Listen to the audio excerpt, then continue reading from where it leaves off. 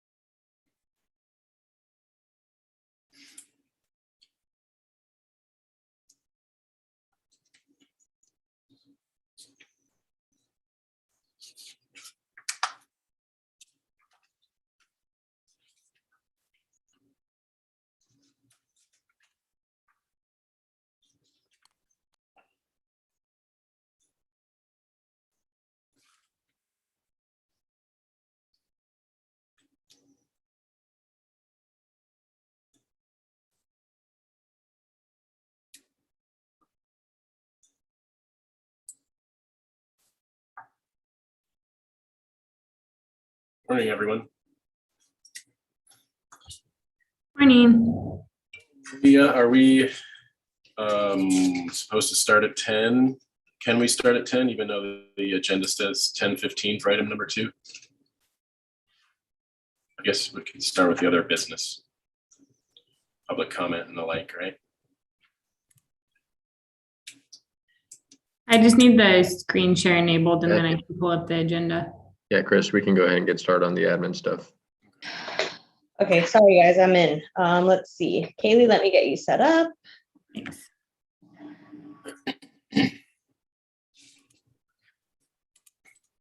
All right, you should be good to go whenever you're ready. Okay, let's go ahead and call the SBAR meeting of December 17th, 2021 to order. Beginning with public comment. Is there anyone from the public that would like to speak on an item that is not on the agenda for today? If so, please raise your hand.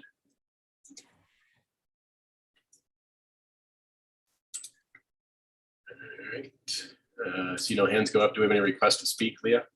We do not. Okay, and then we can move on to item number 2, which is the agenda status report. Mr. Chair, we do have one change to today's standard agenda.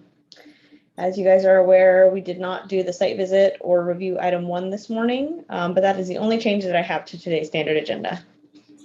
Okay, and what was the reasoning? They didn't have everything put together, is that right?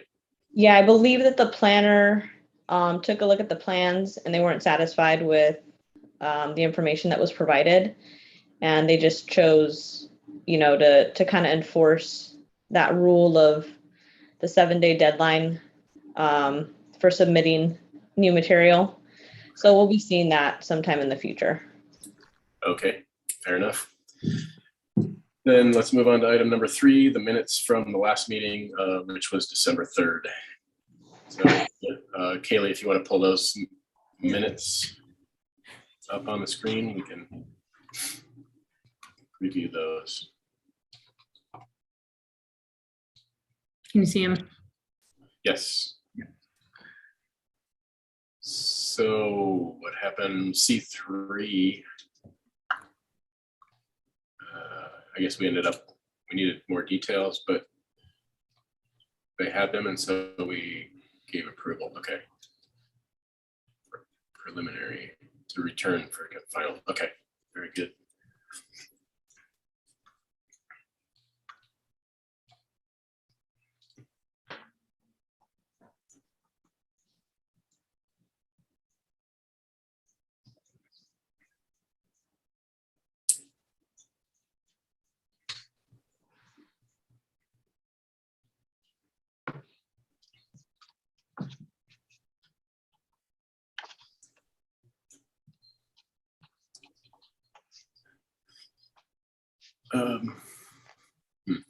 Are we on number 1 here or number 2?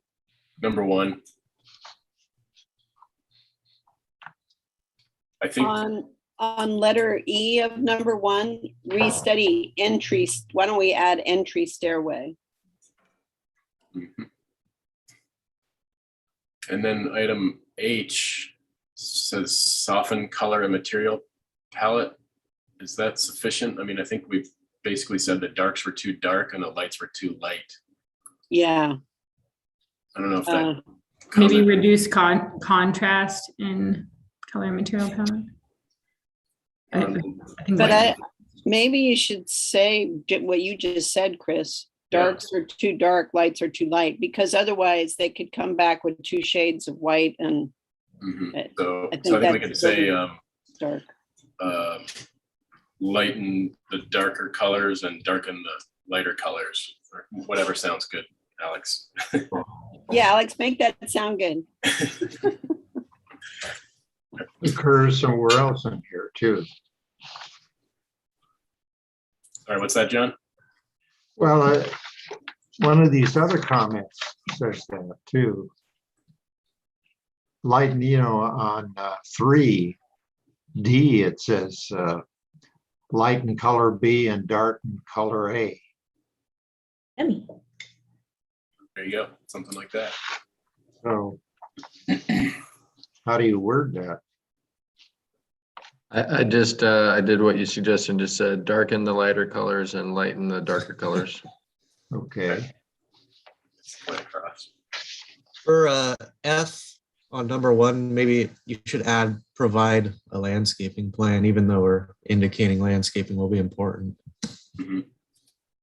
Yeah, Yeah.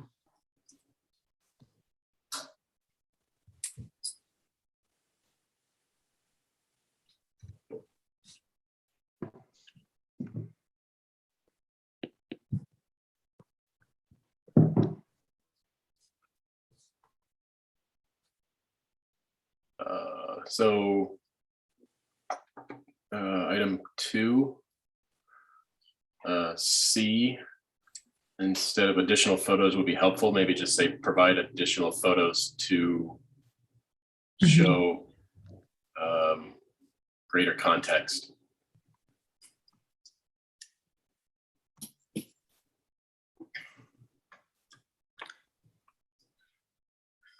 well, on number 2 on C, is that right? It says for retention and removal. Should it say retention or removal? Oh, showing any trees proposed for retention, yeah, or removal, or removal, I guess. Or, Just or. just or. You're not gonna retain and remove.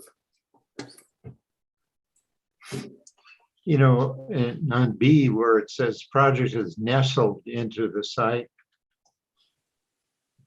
Or fits into the contours, is that okay? Is that everybody happy with nestled? Maybe it should be integrated instead of nestled.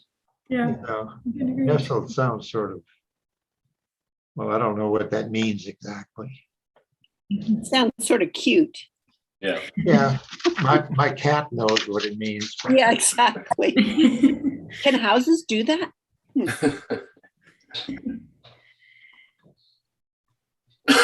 Okay, I made it integrated. Yeah,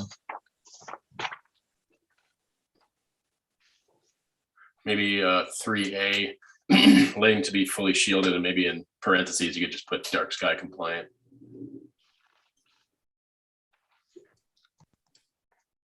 Yeah.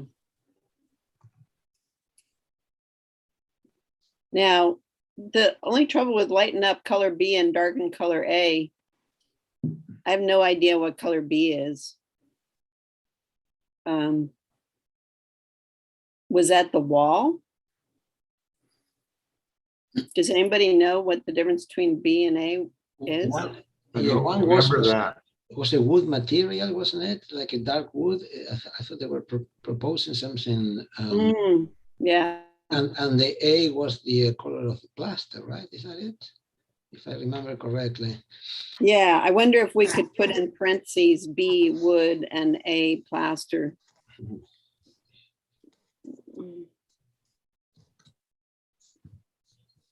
Okay, Then 3C, update plans to accurately reflect current project scope.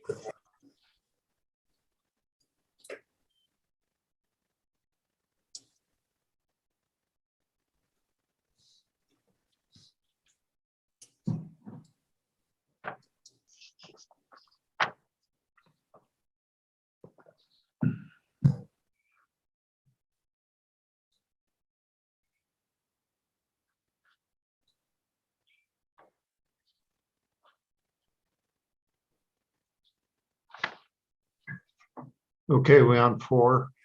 Yeah, Okay, You know, in B, it says, support elements with possible cantilever. I should say study possible cantilever. And changes to roof form, consider flat roof, consider a flat roof.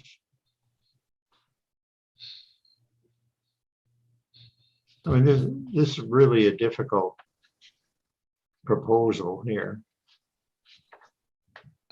I would start the comment by saying,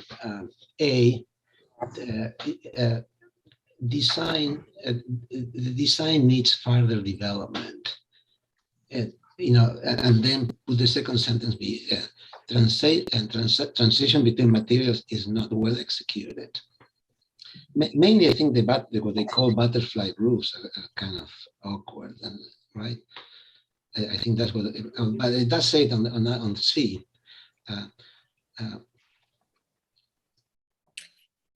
Yeah, I was thinking about it afterwards, and we say it in item C, consider lower angle. He might be able to still do that if he just really lowered the pitch. They're way too steep, and I think that's why they look so odd. yeah. Mixed with those hip roofs. And introducing flat roofs may further complicate his life unless he goes all flat. But I would put item C above, A, B, and then C, and then B, because yeah, it goes right to the problem. The problem is that Right. the butterfly roof system. yeah, the roof lines are the problem. So put the butterfly roof system first.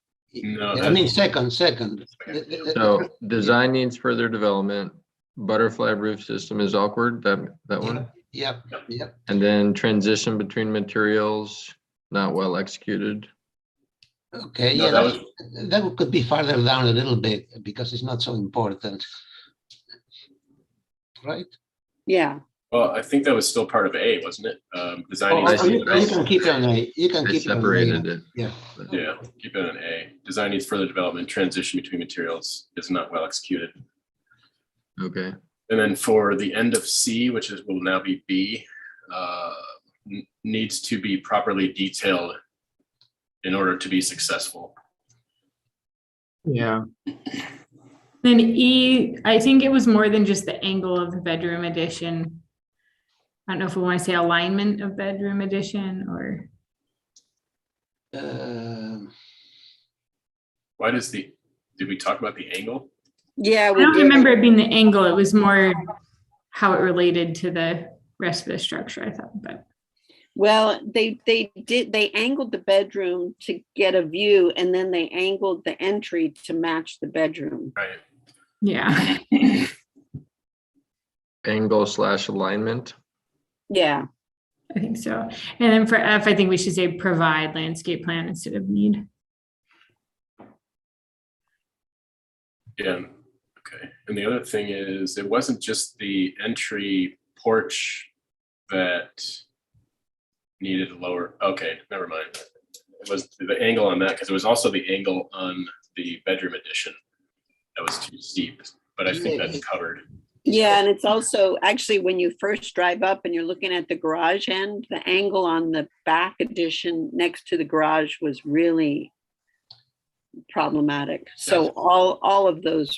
I think we should add that one, after the butterfly roof system, I either as D or C say that the butterfly roof conflicts with the hip roof at the garage, over the garage. Yeah, we definitely said that Yeah.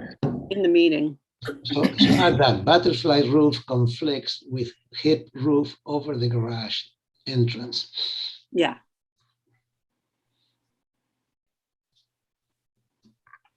Okay, now what am I saying about the front porch overhang in that sentence? Those, That can remain.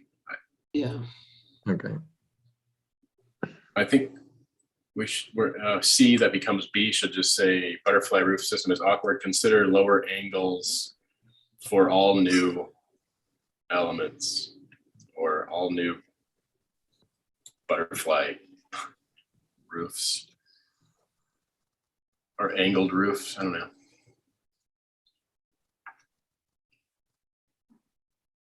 Oh, now I noticed that on C, we say something about the butterfly roof connection to hip. Yeah. It does say it right there. yeah. So,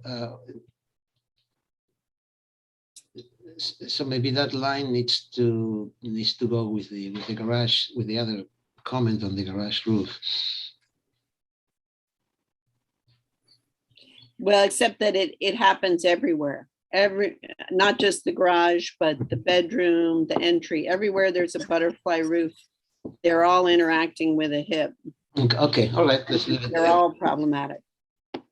Mm. Well, maybe we should say in the beginning, reconsider your butterfly approach to the design problem or something to that effect. I mean, Well, we kind of say that in butterfly roof system is awkward. Consider lower angle. Yeah, I don't think we said that. Consider alternative to hip roof where it connects to butter. That's the connection problem. So I think it's good. It's general about the whole thing. So do we still need the butterfly roof conflicts with hip roof over garage entrance? And if so, is that a separate statement or combined with the rest of that? I think you can eliminate that, and because we already have it, sort of consider alternative to hip roof where it connects to butterfly roof in all locations. Yeah, how about that? In all locations.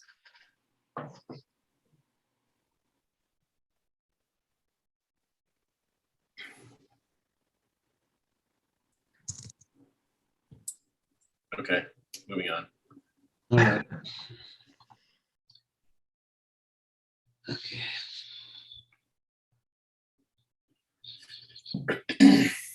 So number 6A, consider overhangs over doorways? Or are we talking about all openings?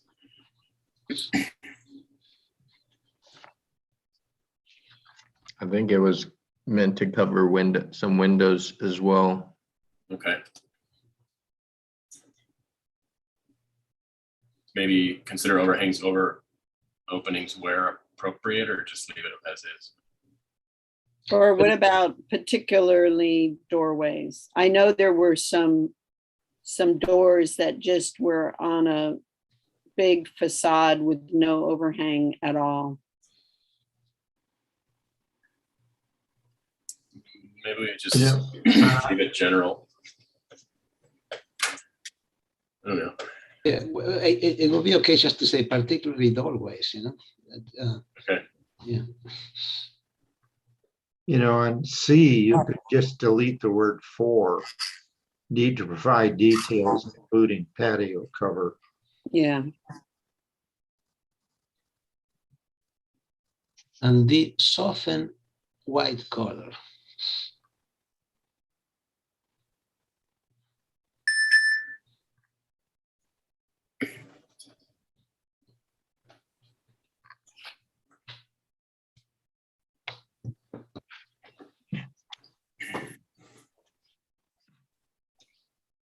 Okay.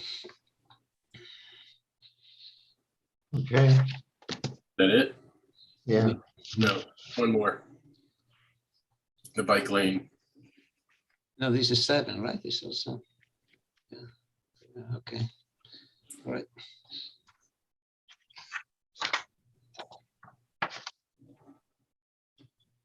Was that our only comment, the crosswalk? Yeah, I think so.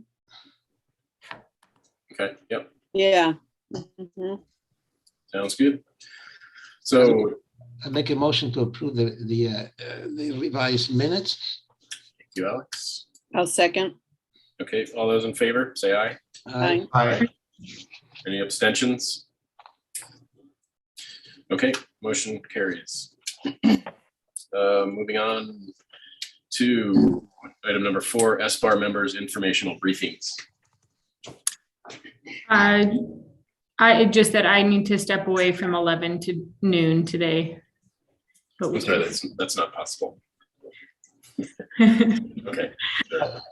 I have a question to staff about the agenda. I think I remember at the last hearing, the 2 weeks ago hearing that there were items that, up to the agenda was full. It was filled up to February or so. Is that true? Because I hear from applicants that have a hard time that the system is running very, very, very slow at the county, and I hear people complaining about it. And I want to know if we are part of the problem or is it somebody else's problem.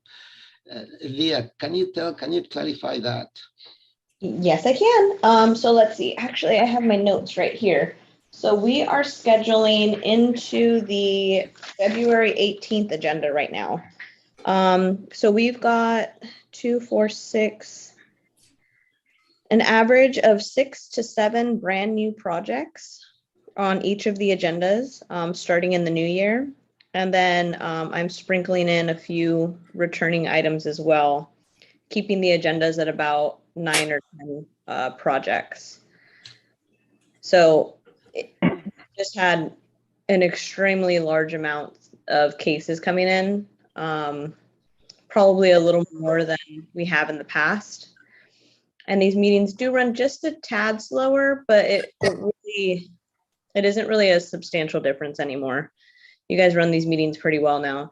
So I don't think it's any fault of the SBAR that we have to schedule out these people so far in the future. But I wonder if we can do a little bit better, cram a little bit more. I remember when I was chair, we used to have 12, 13 items. The meetings were longer. We were into the 3, 4 o'clock in the afternoon. But today, for example, we start at 10. We don't have item number 1. Then the last 3 items on the agenda is basically 1 item times 3, because it's just 1 project with 3 addresses, and so we really only have, I don't know, 6, 7 items, and there are 2 or 3 that are more complicated. It just seems like we should do better. We should move this agenda faster. I believe that the availability of the projects online gives us the possibility to really move a lot faster. We can make our, at least understand the project. We can ask the right questions. We are prepared for the meeting. We can read the comment letters.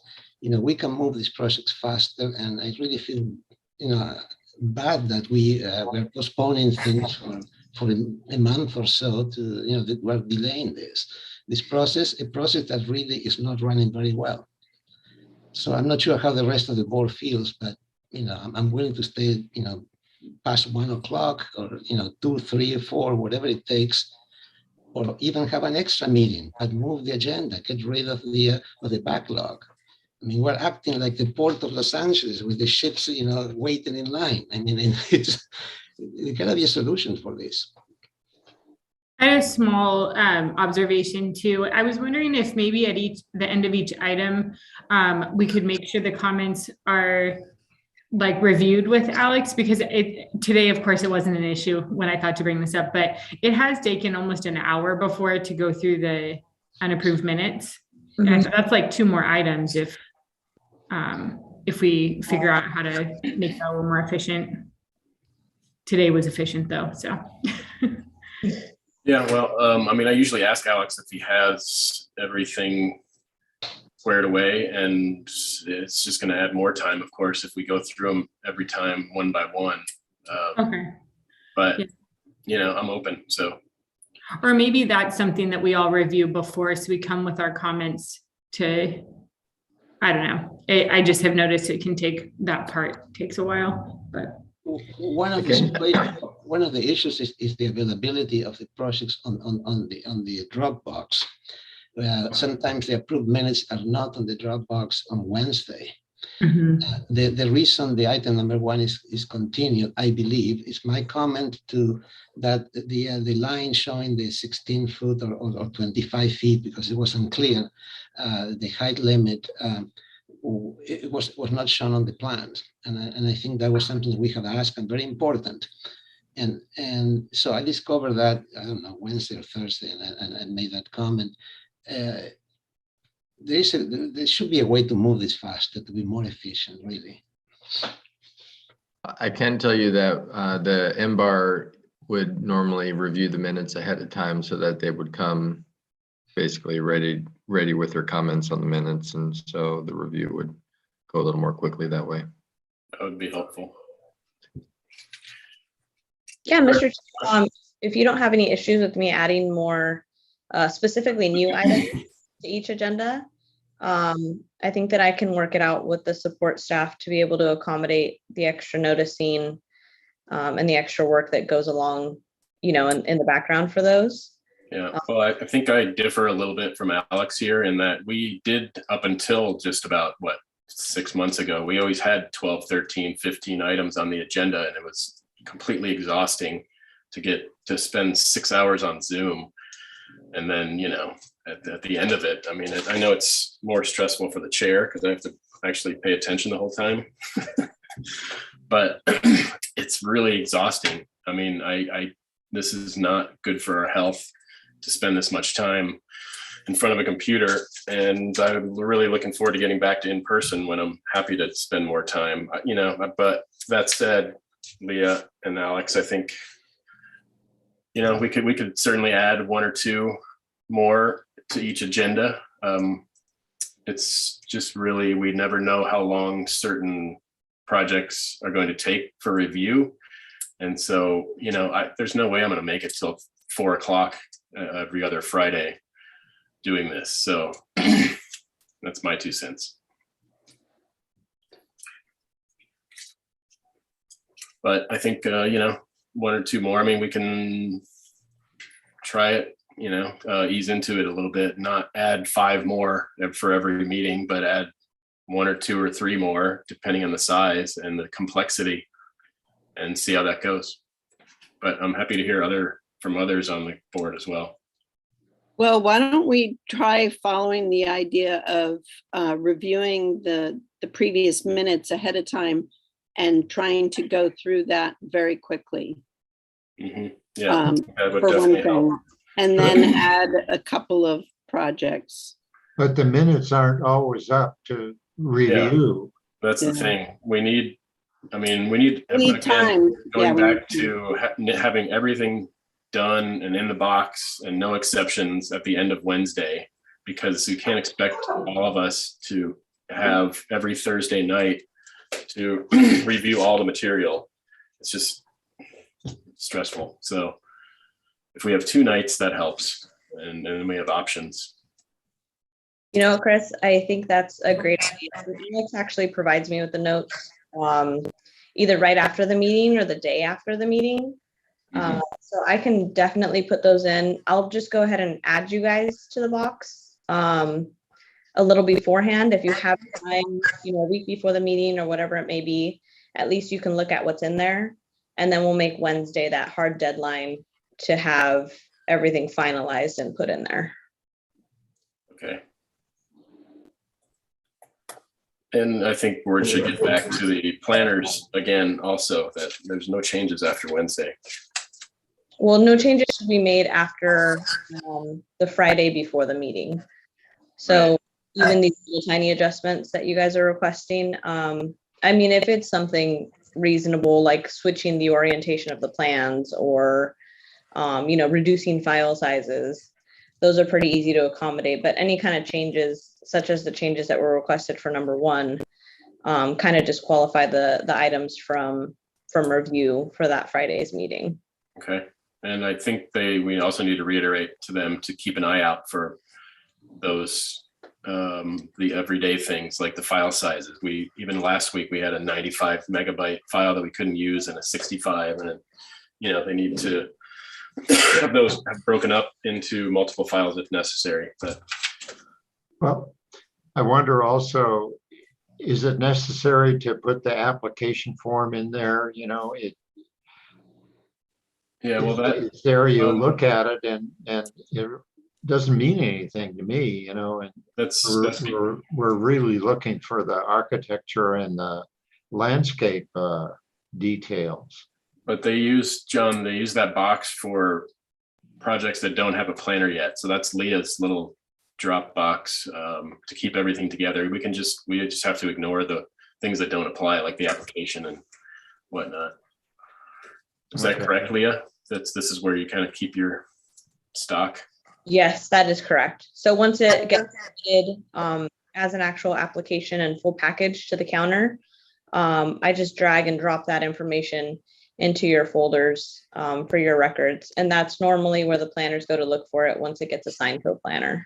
Okay, I also suggest having OSHA type breaks every 2 hours. You know, like it can be a 20-minute break or something. Like right now it's 10:30, somewhere around maybe 12:30, we have 20 minutes. And then another one 2 hours later or whatever. That's for the chair's benefit, because I know this is very intense. The rest of us can turn off the video and relax, but I know it's very hard on the chair, and I think the chair needs and staff they need breaks. Yeah, feel free to help me out and remind me of that too as we go. All right. So actually, can I just add, if we're going to go a little bit longer, then we should take more of even like a 45-minute lunch or something, because it's a scramble.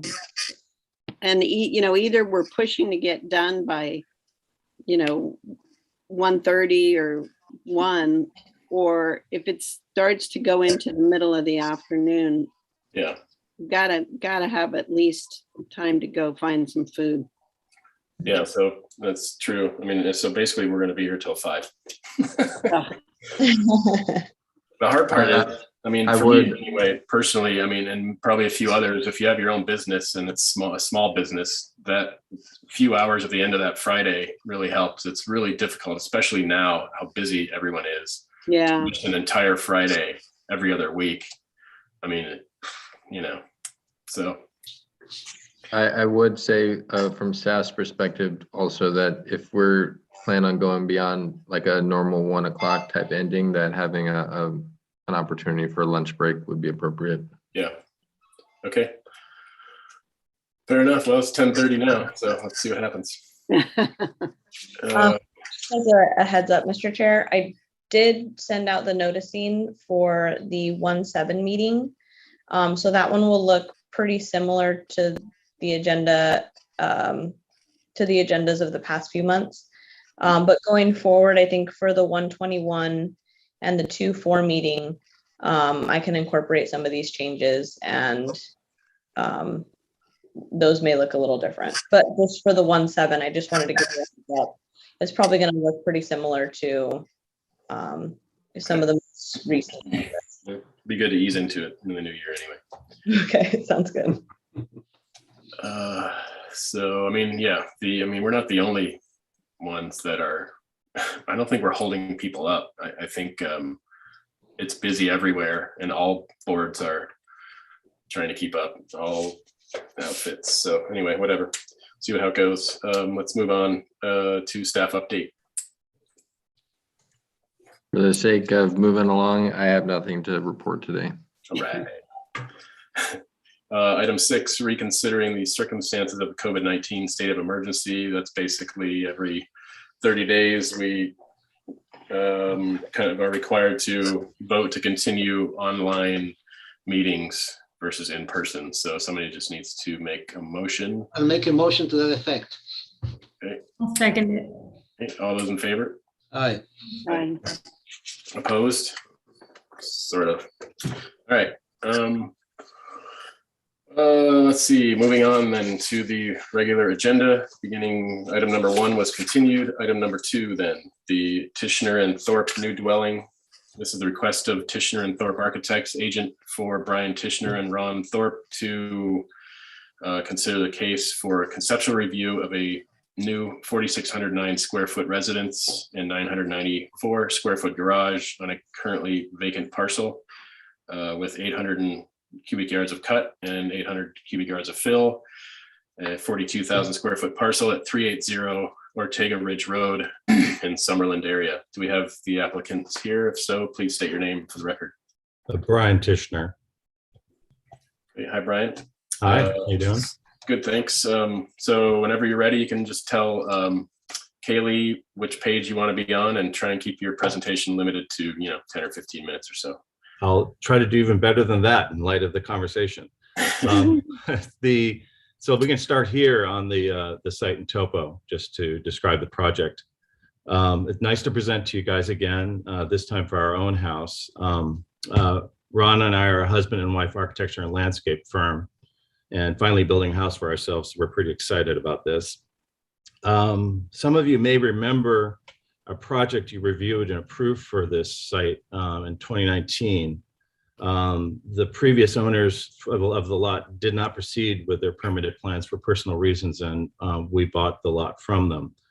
While the house we propose is coarsely the same square footage as the last approved project, the impermeable area is significantly smaller, idea being more garden, less terraces, driveways, and parking courts than that scheme. It's a 1 acre lot. It's a kind of strange remnant ag zoning, a 0.1 FAR Summerlin overlay zone. So it's 16-foot height limit. There used to be a 40,000 square foot greenhouse on the site until around 2000. So there's this kind of abnormally large cut pad and then a shelf about 5 feet above it. So there's not a lot of slope to the property, but there is this little shelf that's up against Ortega Ridge. And that's a very nice place for the view that it does have. And it's also, we wanted to pull the house towards that to kind of protect the garden from sort of the increasing noise along Ortega Ridge. Just as an overview, I guess let's go to the site plan there. That is a preliminary garden plan. We have a lot of aspirations for this house because we're a pair of architects. We want to use a lot of the technologies from our practice here to kind of make a good, sustainable new building. We worked out this design based on a modular moment frame system, recycled modular moment frame system for its fundamental structure, both to create, a robust frame for lateral loads, and also to minimize the caisson and grade beam need. This is your basic, our basic Summerlin jello on top of Rincon shale. So definitely a caisson situation, and this system greatly reduces the need for that kind of intrusive structure. It'll be fire hardened. We've been working a lot on this for the last 10 years. We had a couple of projects in North Malibu that went unscathed as the houses around them burned. So we're going to be bringing all that technology to this as well. We'll be using some passive house technologies that we've been working on a lot. And obviously a lot of efficient and discrete solar, both passive and photovoltaic, and of course, gray water harvest. The garden is going to be drought tolerant.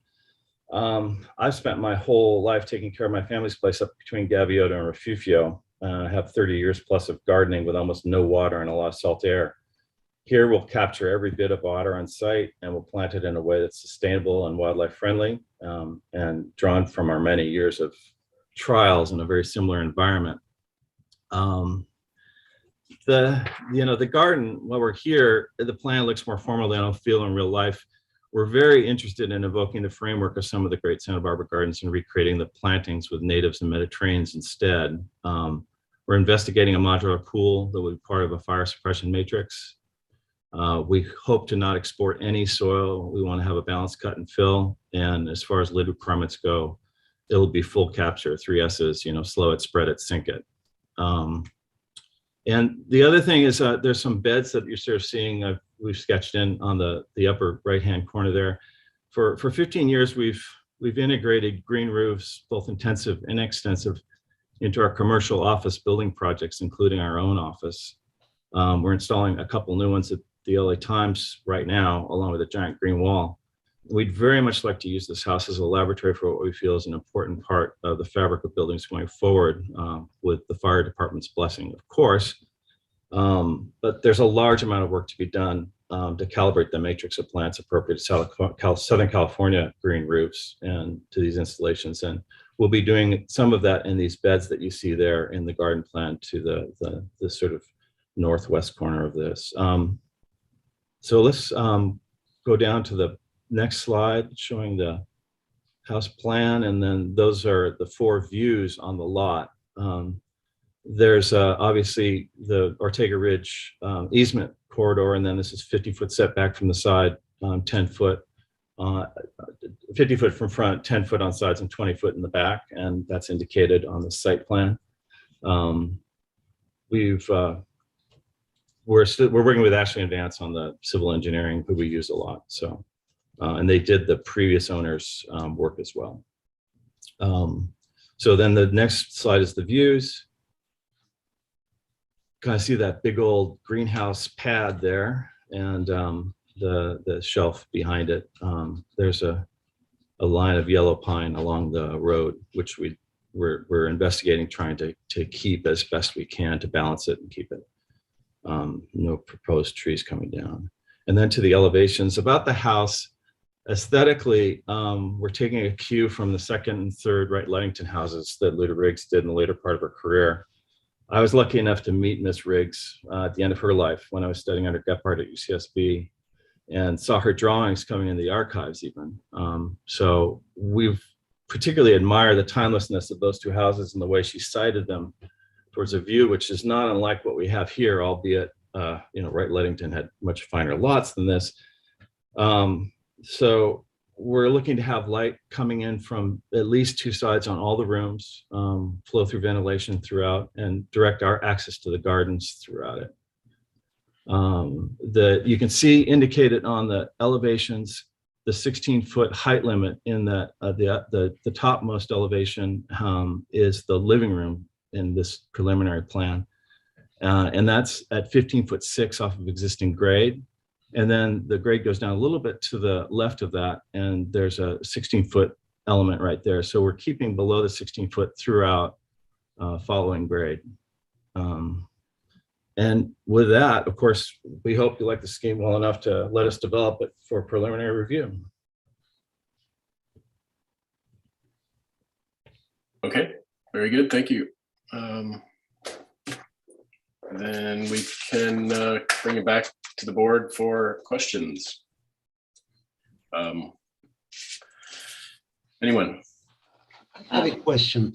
The elevations seem to indicate some shadows on the openings and on the walls, but the plans, they seem to show like a continuous 2x6 wall, a perimeter wall. So what kind of how do you resolve the openings? Are they flush? Are you putting a frame around them, some kind of molding? It seems. Can you please describe that? Currently, what we're looking to do is to, because of the nature of this frame system, we have a little more flexibility in placement of wall. So fundamentally, it'll be a 6x profile framed, and then in addition to that, we'd be having a plaster surround on the outside of the building, framing the window, casing the window. And then a little bit of a recess on the inside. We're also talking about, in some cases, recessing the windows all the way to the back of that framing and having additional treatments on the inside of the building. So the hope is to have shadow for, basically a shadow line that will yield at least 4.5 inches. And in most cases, going up over 6.5 inches. And then in a couple of instances, we have like a covered loggia off of that living room in the center where the cursor is right now. And then some other areas which have deeper insets for both the fenestration and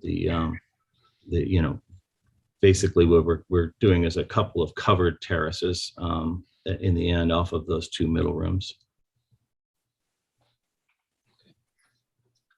I have a quick question. What's your fire hardening system that you reference? about? We, what we've been doing with a lot of these buildings is doing away with, we're doing conditioned basement condition, which is tremendously helpful. And then trying to, obviously the double glazing and triple glazing, even in some cases, is very important. We found that the green roofs are a great advantage as well for these conditions, in that they can be watered before the fire event and create a kind of an additional matrix to resist. So it's not a particular material in the wall system. It's just the combination of your glazing and the green roof and Lack of eaves, Yeah. very, very little wood on the outside. okay, thank you. Okay, have you run this by the fire department at all yet? The, which part? Well, any of it. I mean, the layout, the green roof aspect. No, I haven't yet. We have some experience with them up there, and there's a pretty limited list, which, we'll be discussing. It can go pretty heavily succulent in the fire department's eyes. And that's fine with us for the intensive and extensive roofs on our project inside. Where some of the experimenting I'm talking about would be actually in the garden, emulating a green roof situation in those beds, as opposed to actually putting it on the roof for the fire department to worry about. So you haven't talked to them about the site layout either, as far as access for, it looks like you should be okay, right? Yeah, we've done the turnarounds and everything for it. So I feel pretty confident, but obviously we'll run it by them. Okay, and then which section of the house gets the green roof? Is it all of it, or? In this plan where you're looking, if you went directly up from where that pool is indicated, that wing right there has an intensive green roof. And then we're contemplating on the lower part of the other wing, in the south part of this plan, to have the last two bays that you see there be an extensive green roof. Okay. So, thinner, more just a pure green roof. Okay, very good. Other questions from the board? I have a quick question. Can you explain the spaces that are shown on either side of the pool? I'm sorry, I didn't hear that. Can you explain the spaces that are shown on either side of the pool? What is that showing here? Well, we're sort of, one of the things I was thinking about, we did a bunch of work on Las Tejas about 25 years ago up on Cacho. And there was a really kind of fascinating thing that Mrs. Thorne did there, where she had these kind of gardens that were flanking the center spine. And we're trying to evoke that here. Right now, it's kind of, it would be pretty much just drought tolerant beds around these two squares, and then pretty simple in my mind what's going on in the center of them. I'm not thinking about this as being paved so much as kind of maybe gravel courts, and then there might be a trellis in the one that's nearest to that one you're seeing there, that an X trellis that would be carrying vine there. So sort of early development, but that was the big idea. Okay, thank you. Then what's this at the end here? That we're just going to be doing. Actually, we're sort of we're evoking what Elizabeth DeForest did for Ludington, where there was a series of kind of trellis columns that were scattered at the edge of the axis. So that was what that idea is. They're from the third Wright Ludington house, October Hill. So it's really just behind the setback, but some garden columns in the end. Okay. All right, any other questions?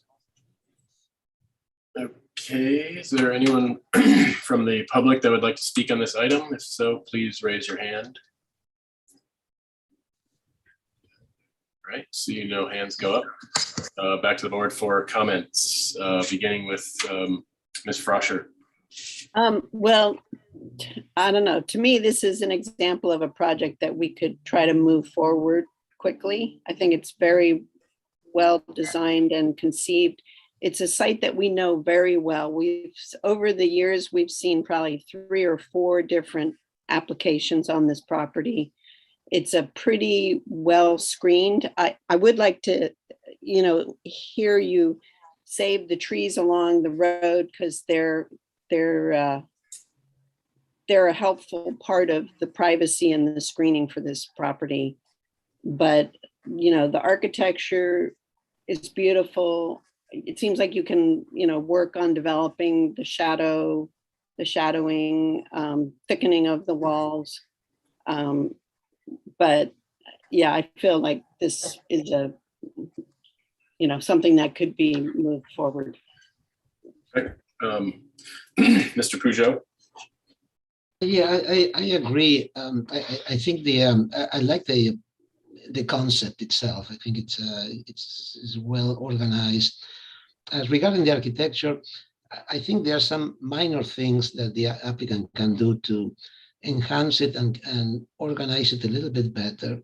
This reminds me of George Washington Smith, or what's his name, Gill. There was Very another, another modernist. It picks up the Spanish colonial revival, but does it in a more modern way. And this seems to be that type of a project. I think a little bit what George Washington Smith used to do is just really this plain facades and straight line and create some other, you know, other issues. I mean, other interests, but without changing this design too much. I think that the cornice, the top cornice is if you go to the elevations, I think, yeah, okay. I would lose the cornice personally. We should make it a little bit more modern, maybe emphasize the surrounds around the windows, because that's where you get all the thickness that this project really needs, the thickness of walls, the mass, and try to maybe have like maybe two heights, you know, like it seems like in the north elevation, I see 1, 2, 3, 4 height or 3 height elevations, maybe 2, maybe like a tall element and a bottom element, something a little bit more organized without so many variations. On the south, there's a lot more movement, a lot more stuff. I would just say, just in generality, that the more standardized, the simpler, the less variety on the element. If you have like, let's say 4 types of windows, that not 8, you know, like something a little bit more. Anyway, they're more disciplined. But those are details. I like the concept, and I'm supportive of the project. Right. Mr. Verdiak? Yes, I concur with that. I think it would be important to try to set the windows to get a little depth to the walls there. And also on the front entry, I'm not sure exactly what's going on there, but it looks as if there's a light fixture over the door. And I think that, you know, we're adamant about night sky compliant fixtures. So, you know, I mean, that's something to keep in mind when you develop that idea there. And other than that, I concur with that. It's going to be fine. Okay. Mr. Richards?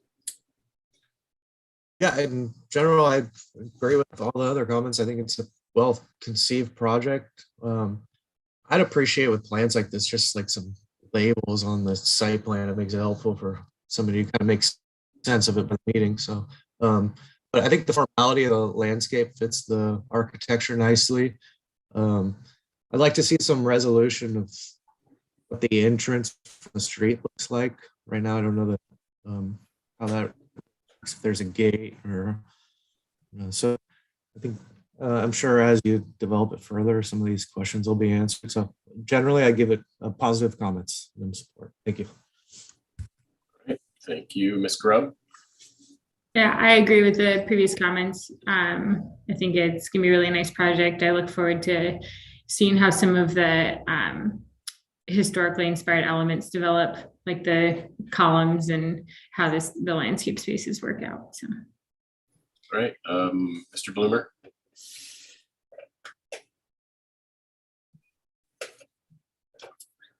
Joshua, you still here?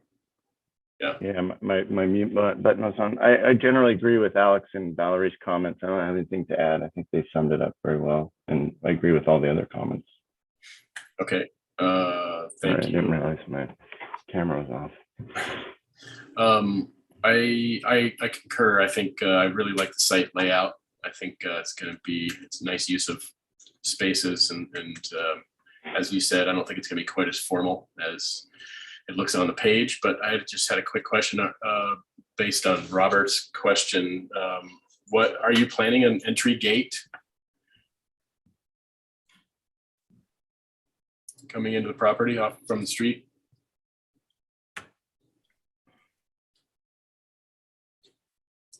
Mr. Tishner, I think you're muted.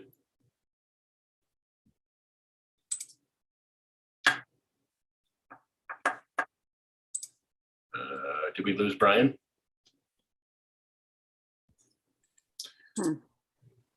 Okay. I'm Ron Thorpe. I'm Brian's partner and wife. I believe that we are planning an entry gate. It's just not showing here. Okay. All right. Yeah, because the only thing I'm looking at is you're going to want some privacy there. Otherwise, Yes. there's yes. no way to privatize that. Yeah. No, agreed. Okay. So yeah, I think it sounds like we all think you're on the right track, and we would love to have you come back for Wonderful. further conceptual, because I think we need a little more information. Like as Robert noted, more labels would be helpful, and maybe materials and colors, and Yes. Yes. just more development. So return for further conceptual / preliminary. Yeah. Fantastic. Brian just texted me his computer crashed. Oh. Um, Well, and he didn't miss much. I wanted to just add too that, as far as the cornice on the roof, maybe can the applicants just go ahead and prove what they want to do there? Yes. Because I think there's a great history of some Luda Maria Riggs houses with the cornice, and it can be really beautiful. So We'll give you further development. We Yeah. wanted your feedback before we put too much on all the details, but we concur with everything that you've said about making the openings, just the depth of the openings is super important to this scheme. So. Okay. I have one more comment. It seems like the entry is on the north, but it just seems like the most drivers. I mean, I'm not sure if the street presence is on the north. There's some trees in front. The east elevation I think is important too. Where I wonder if the entry is really could have. It just seems like it's forced to the way that when you come into the site. You do not see the front door really. You see if you go to the slide number 5. In what you see is the mosaics, that kind of a thing, and it does seem to be not completely resolved. Like they have a very nice entry, but maybe more of a corner or a window or a double or something that gears people towards the front door. That I think it in reality might do that because of the way we've sort of opened up there's a court there, and we're trying to retain as many. We're still going to save as many of the existing pine trees as we can. So basically you'll see that opening, but we'll develop that further. So it's, it's clearer. Okay, very good. Thank you. Okay. Thank you. So we've lost Kaylee, so somebody needs to drive. Does someone want to run the plans? Or do you want me to do it? I guess I could do it if you, how do I need access, right? I need to share. Yeah, Leah, Alex, and she has provided that for you, Alex. So you can just share your screen. Where am I? In the meantime, we'll move on to item number 3. Yep.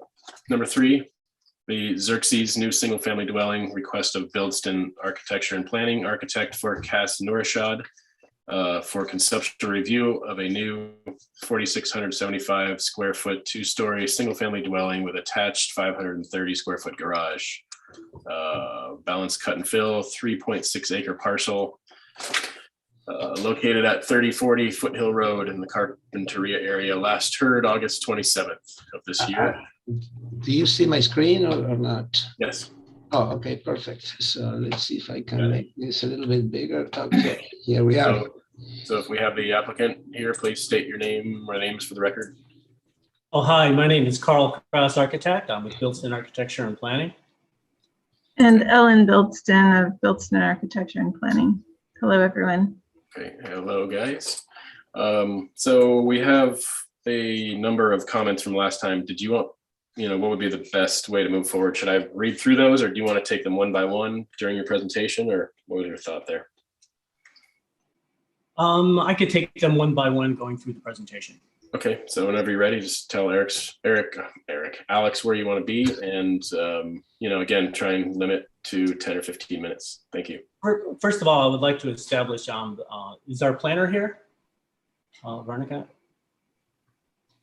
She is not here today, but she did provide a memo, I believe, to the BAR, mostly just speaking to the issue of the height exceedance and the need for your board at the appropriate time to determine whether the height exceedance is appropriate. But there is the conflicting information. At one point it says 16 and in the memo says 25, right? Is that correct? I forgot. I cannot access it right now, but No, it says 16. 16. Should be Okay. it should be 16. Sorry, Oh, let me- you're right. The hold on. project description says the maximum height shall not exceed 25 feet. I think maybe that's what they're proposing, but the height limit for the hillside 16. ridge line would be 16. Okay, let me read through the planner comments. I'm sorry, I missed that. I'm here for conceptual height limit comments. As proposed, the single family dwelling is exceeding the height limit for structures subject to the ridge line and hillside development guidelines. Since the parcel is located within the rural area, the height of the structure should not exceed 16 feet or 19 feet with a 4 and 12 roof pitch or greater. And the current proposal exceeds this limit by 9 feet. However, the BAR has the discretion to exempt a structure from compliance with this height limit, provided that in their review of the structure, they find that allowing greater flexibility in the guidelines will better serve the interests of good design without negatively affecting neighborhood compatibility or the surrounding view shed. Please review and comment. Also, for grading proposed has been reduced to 250 cubic yards of cut and fill, and square footage. The size of the dwelling has been reduced to 4,260 net square feet. Okay, I'll hand it back over to you, Carl, for your presentation. I just wanted to clarify some of the comments. Yes, we are requesting a height limit from the hillside ridge line that is 16 feet. The height proposal is not 9 feet above the 16 feet upwards to 25 feet. It actually has been reduced to about 21 feet, and it is only about, in certain places. So it's approximately 3 to 5 feet above in about maybe a quarter of a third of the project. So it'll become a little bit more clear as the presentation evolves. Okay. Should we?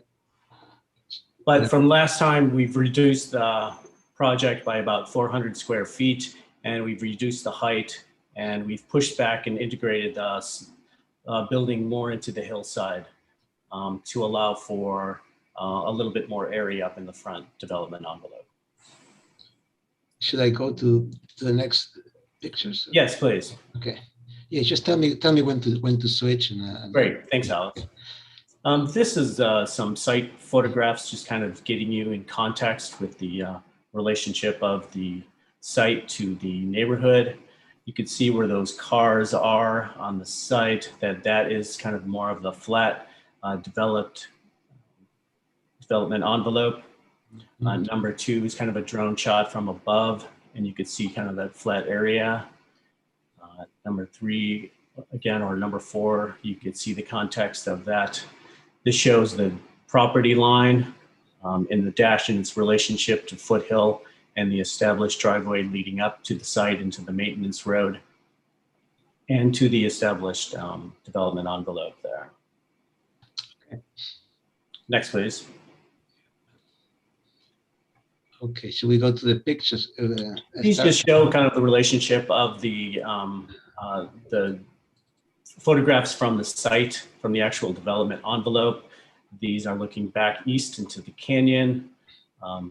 These two photographs are looking more west to Montecito Peak, and the photographs below this are kind of a panorama looking due south and the views of the ocean that it gives. One thing is you should be aware of is the foothill drive that is screened from the existing cypress trees is on there.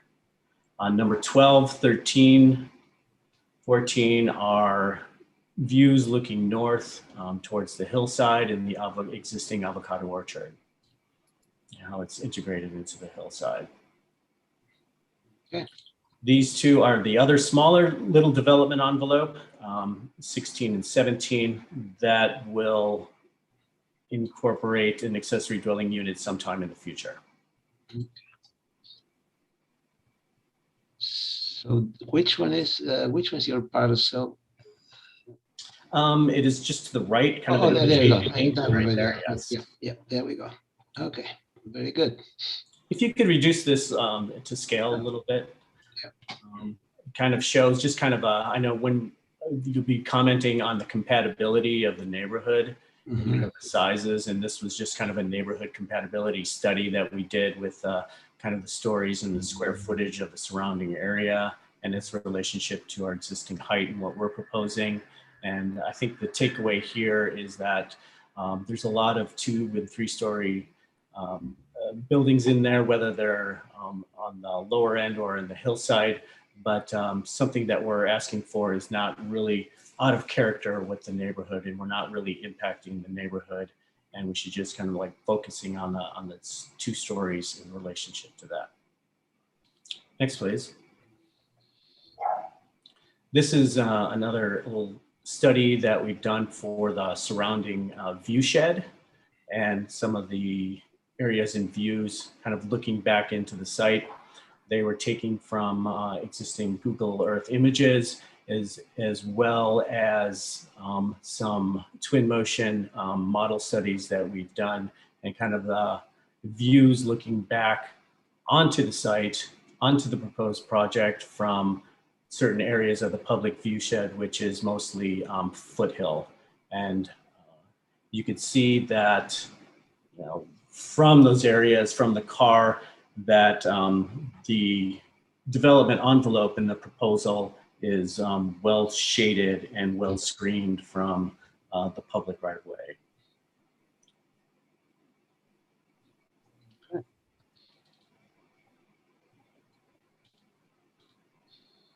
Okay. So this is just kind of a concept and image board looking at kind of the site analysis.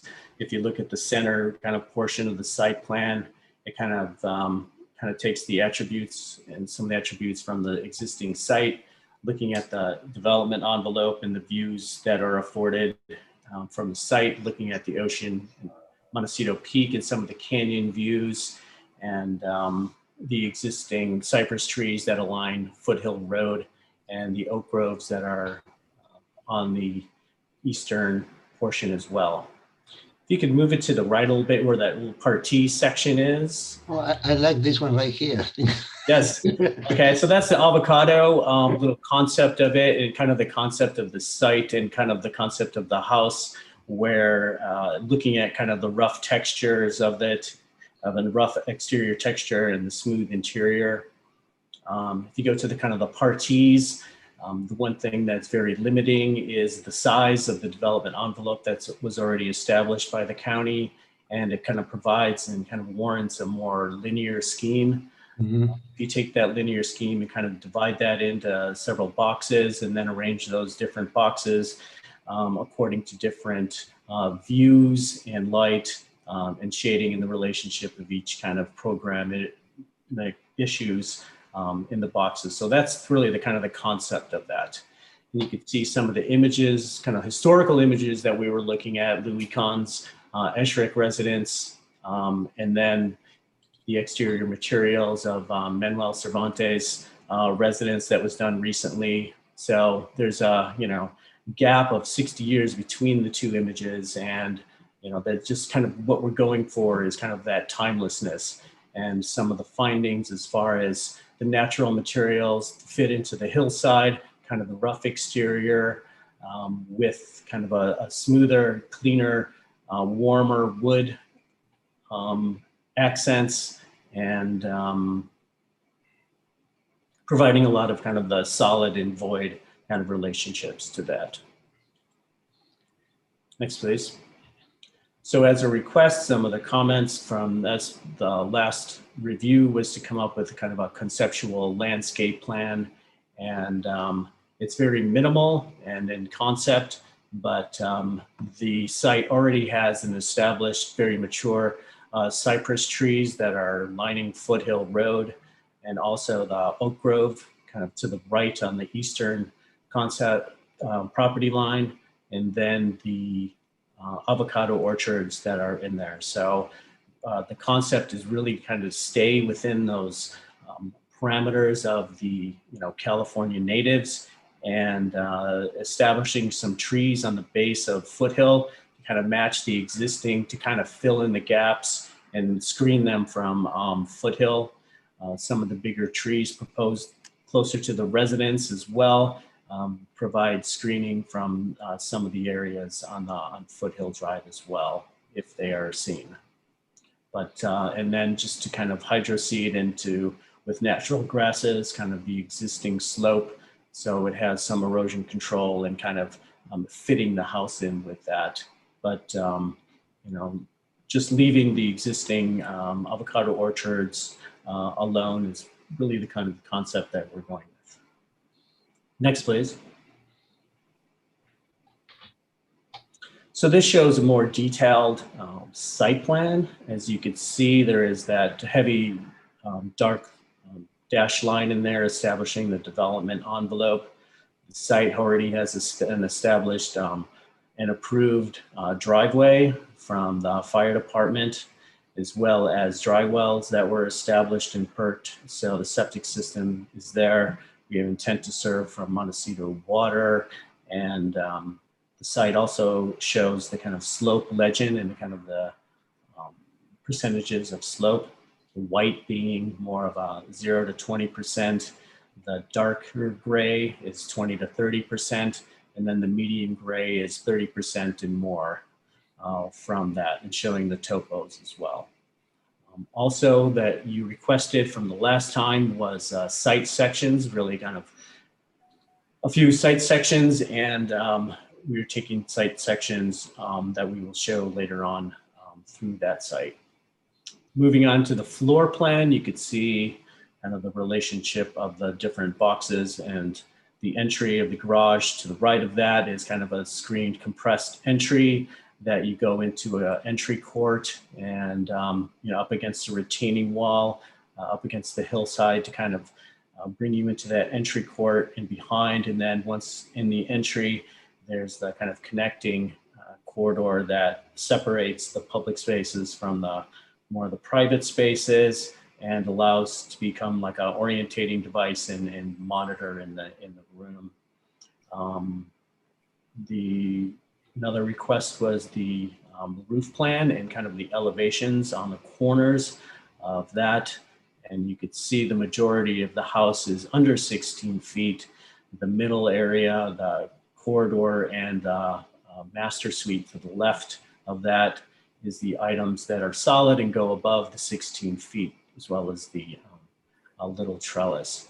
I think one thing that is a challenge again is to, with the limiting development envelope, we want to be more efficient in stacking the second floor above the existing footprint to kind of make it more efficient and not to really spread the project out as much as you can.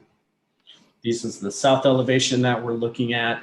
Again, kind of breaking up those masses from the long linear box into smaller boxes, and then again, breaking those masses up to in the solid and void. The south facing side also has these deep kind of punched eyebrows that kind of allow for a lot of sun control, needed sun control. And you can see that little dotted line above that, and that was the previous submittal height, and we could see how we reduced that from 2 to 3 to 4 feet on that. So exterior elements and materials are going to be kind of a rough, almost kind of masonry or dark stucco. And then with the clean wood as well. There, let's see, the other elevations, the east elevation, you could see the kind of the approach to the building into the garage. And again, that dotted line showing how we move the structure back into the hillside a little bit more, allowing for more space up front. And the west elevation, again, moving that back into the hillside a little bit more. And the north elevation, you can see, okay, the north elevation is back from the courtyard, the entry courtyard up against the hill.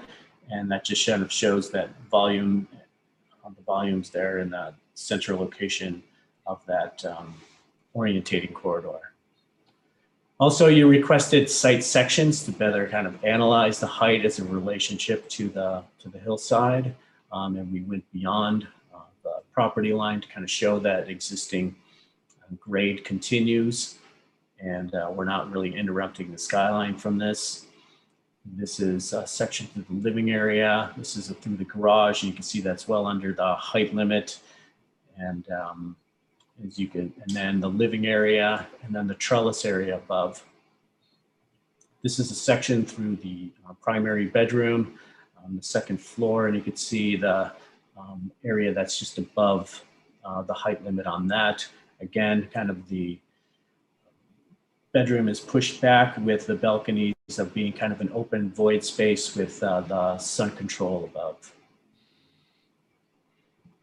This is a section through the main part of the house, the gallery area that starts off under 16 feet and then rises above that at that level.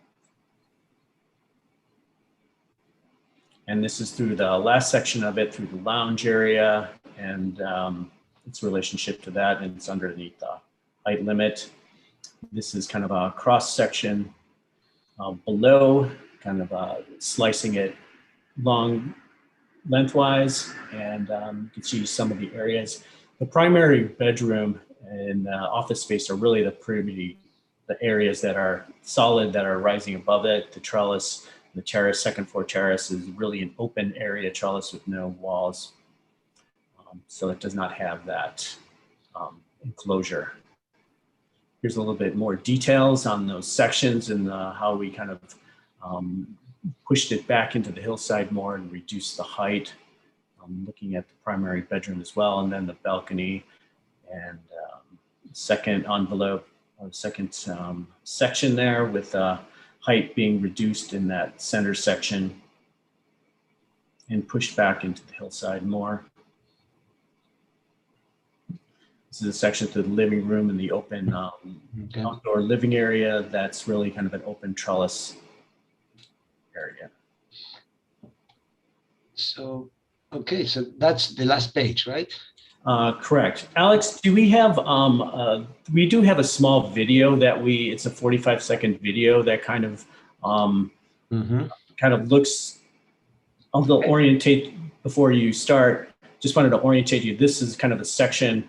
It's going to look at kind of the views along Foothill. Then it's going to look at the existing residents, and then we're going to kind of pan away and take different shots of that.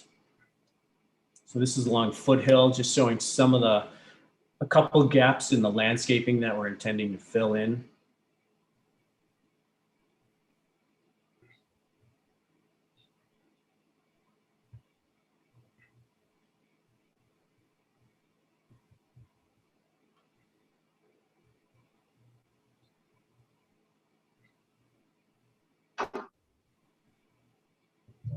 And I see Foothill Drive, and we're going to kind of follow Foothill on the east.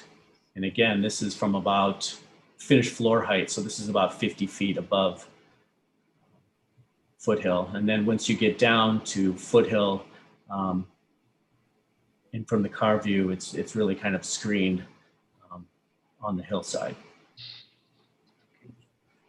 Thank you very much. Very good. Let me put the plans back so we can make comments. Okay. Okay, thank you. All right. Questions from the board? Anyone?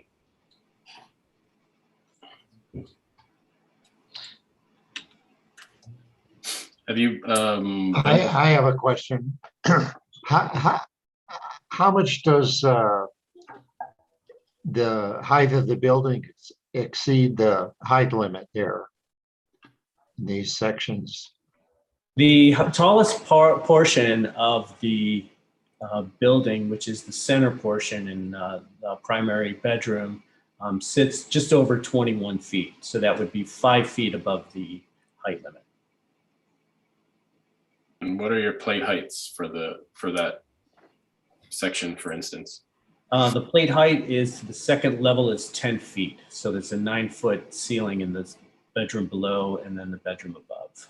What about the first floor underneath that? The first floor, I think to the second, they're located just on the left. If you just kind of reduce that scale a little bit, you can see them On the left, okay, let's see. a little bit more. Oh yeah, here we go. That's floor to floor, so that would be probably 9 feet or so, and then this would be another 9 feet. Right. Yeah, okay. What about that middle section there? Can you scroll down a little bit? Yeah, so 11. Yeah, this is a bit over 10, and then this goes. Yeah, so the main Right, open yeah. living spaces are about 10.6. Mm. The height about 10.6. And here it got tight. Okay. Okay, a question. I assume you've been consulted with the fire department on layout and such? Yes, they've approved the driveway, they've approved the hammerhead layout, and we're planning on using all fire materials that kind of relate to the high fire severity areas as well. Okay. Other questions? from the Yeah, I board? have a question. Did you ever do in a plan form, calculate the percentage of the building that's over the height limit? Yes, if we take a look at the, let's see. Look at the roof plan. Yeah. Trying to get it here. Let's see, where is it? Yeah, I'm Here it looking is, at here the it roof is. plan, but I don't see kind of a graphic description of, the amounts that are out of plane. Well, here it says 21, Correct. 21, So 11. this, so the box, so where Alex is the 21, yeah, so the center and then to the left where the bedroom is kind of in a little bit more of a darker outline. That area that is more solid is roughly 25% of the overall structure.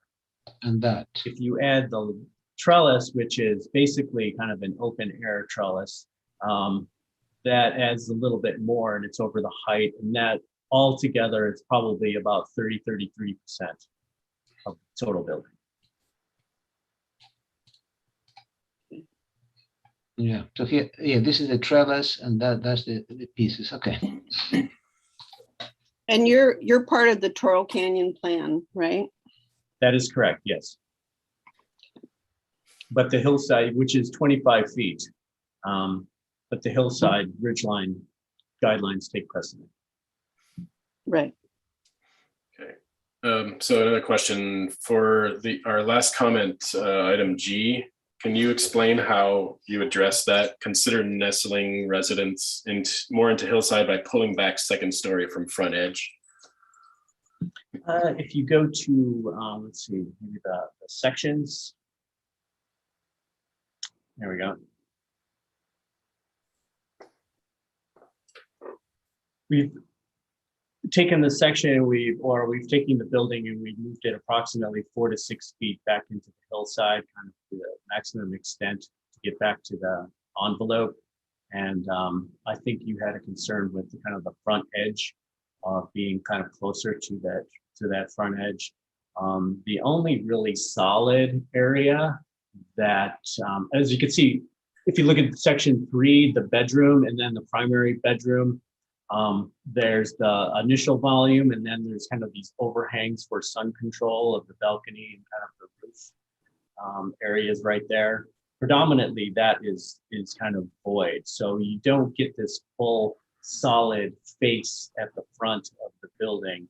It's kind of punctuated and kind of recessed back. So it kind of has these different layers going back.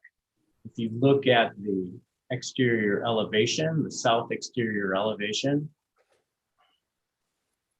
Let's see.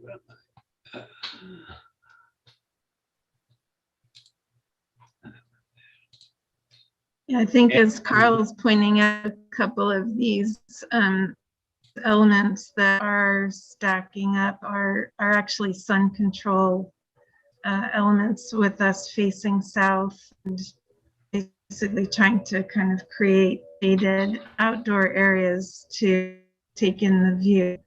Another thing that you may have noticed of our presentation was we have some significant power poles that are in the line of sight, and second floor, and these sort of covered deck areas are kind of the best place to actually, take in the real view. Is one of the big benefits of this particular property.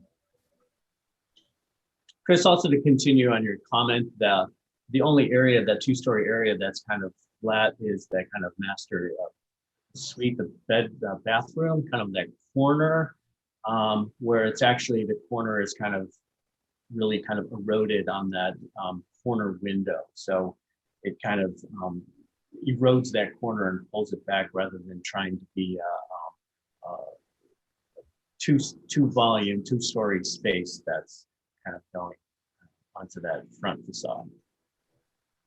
Thank you. Any other questions from the board? All right, moving on. Is there anyone from the public that would like to speak on this item? If so, please raise your hand. Seeing no hands, back to the board for comments. Mr. Peugeot. Yeah, Mr. Chair, I like the way the project has progressed.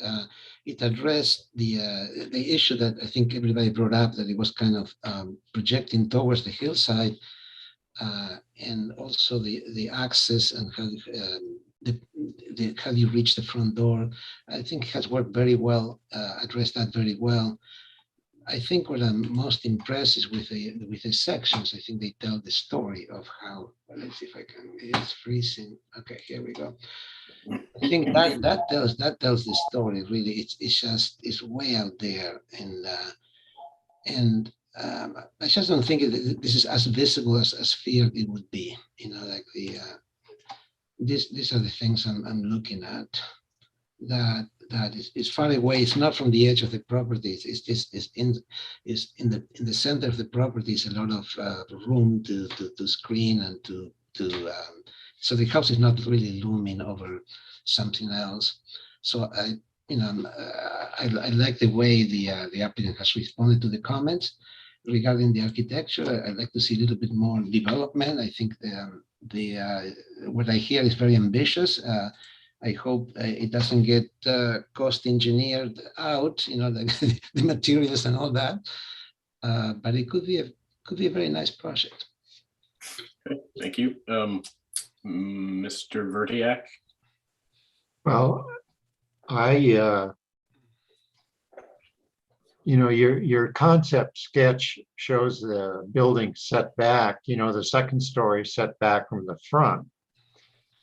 And, what you developed is a space behind the building, and which is causing you to go, 5 feet over the height limit.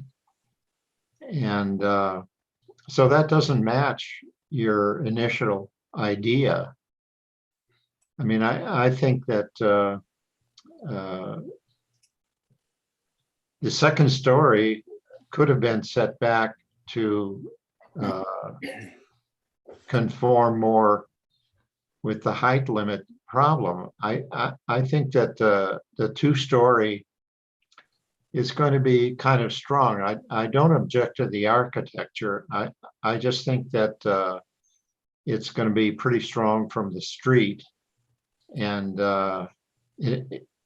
it could have been set back instead of having the entry in the back of the house, or somehow solving the problem of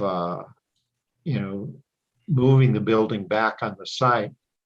instead of having a garden in the back, yeah, I think it would have conformed better to the original concept. That'd be my opinion. It's just it's kind of, it's strong from the street, the two-story front. That's my opinion. Okay, Ms. Frusher. Yeah, I am very conflicted about this project. The architecture is beautiful, but it's really running into a direct conflict with the goals of why the Toro Canyon plan has so many restrictions. And to just go back in time a little bit, there are many houses in the neighborhood that are two-story that were the reason that the Toro Canyon plan got put in place, because there was a feeling in the community that there should be a much more concerted effort to keep hillside homes stepping into the landscape and not with strong two-story facades. So we can't look at this context and say, well, there's plenty of other houses already doing that, therefore we're fine. We have to move forward in the future with what we're doing here. And I'm afraid that your facade is a two-story unbroken along a big portion. And when you look at the roof plan, if you were to poche in the amounts that are over the height limit, it's a big chunk of the footprint. And even though you have lots of great shadow and breakups, but your roof line is still a continuum, and it reads that way even in your in the short video and in the photo sims, that although that roof deck is open and will have some shadow, it's a pretty unbroken two-story line across the hillside. And I think this board needs to be really careful about going over that height limit when, as John said, there is the opportunity to break up the two-story massing more, to push elements further back, and to do something about that long unbroken two-story line across the hillside. So, I appreciate your efforts of, there's a lot of work here in the site sections and depicting what the intention was, but I feel that it's in conflict with the rural ridgeline goals that we are charged with as a board. Okay, let's see, Mr. Richards. I like the architecture of it. I agree with John and Valerie that the front of the house, where you've got, I believe it's like the master bedroom, is on the second level there. I don't understand why that couldn't be pushed back. I think it would help to kind of modulate the architecture a little bit. And the video, I agree, from the view going along the Foothill Road underneath it, looking up, it got this, two-story mass that's kind of posed up on the top of the hill. And I don't think the two levels stacked on top of each other right there, making one vertical face, really works well there. So I think it's worth it, seeing if that master bedroom can be moved back a little bit. And maybe it'd give you an opportunity to have a little more balcony space there. It might even work better for whoever's going to live there. So that's my comment. I agree with the previous comments. Thank you. Okay, thank you, Robert. Vice Chair Bloomer.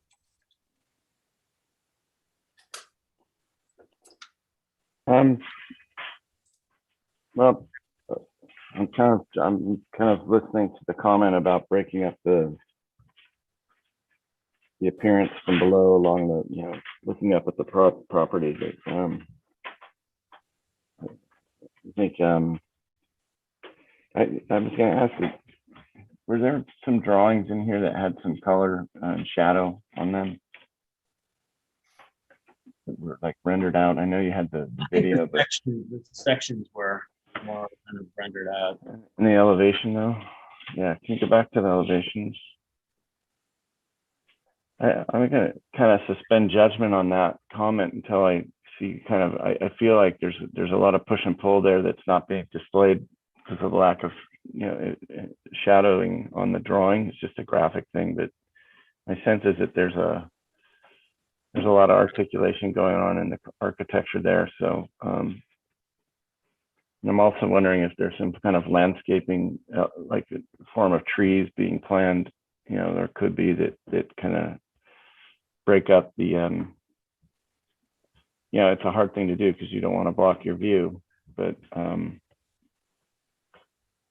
I've seen it work on other projects where a couple of trees break up the linear quality of a building, so that looking back up the slope, you see a bit of, I don't know, I guess the word would be like camouflaging, but just kind of integrating it with the site more.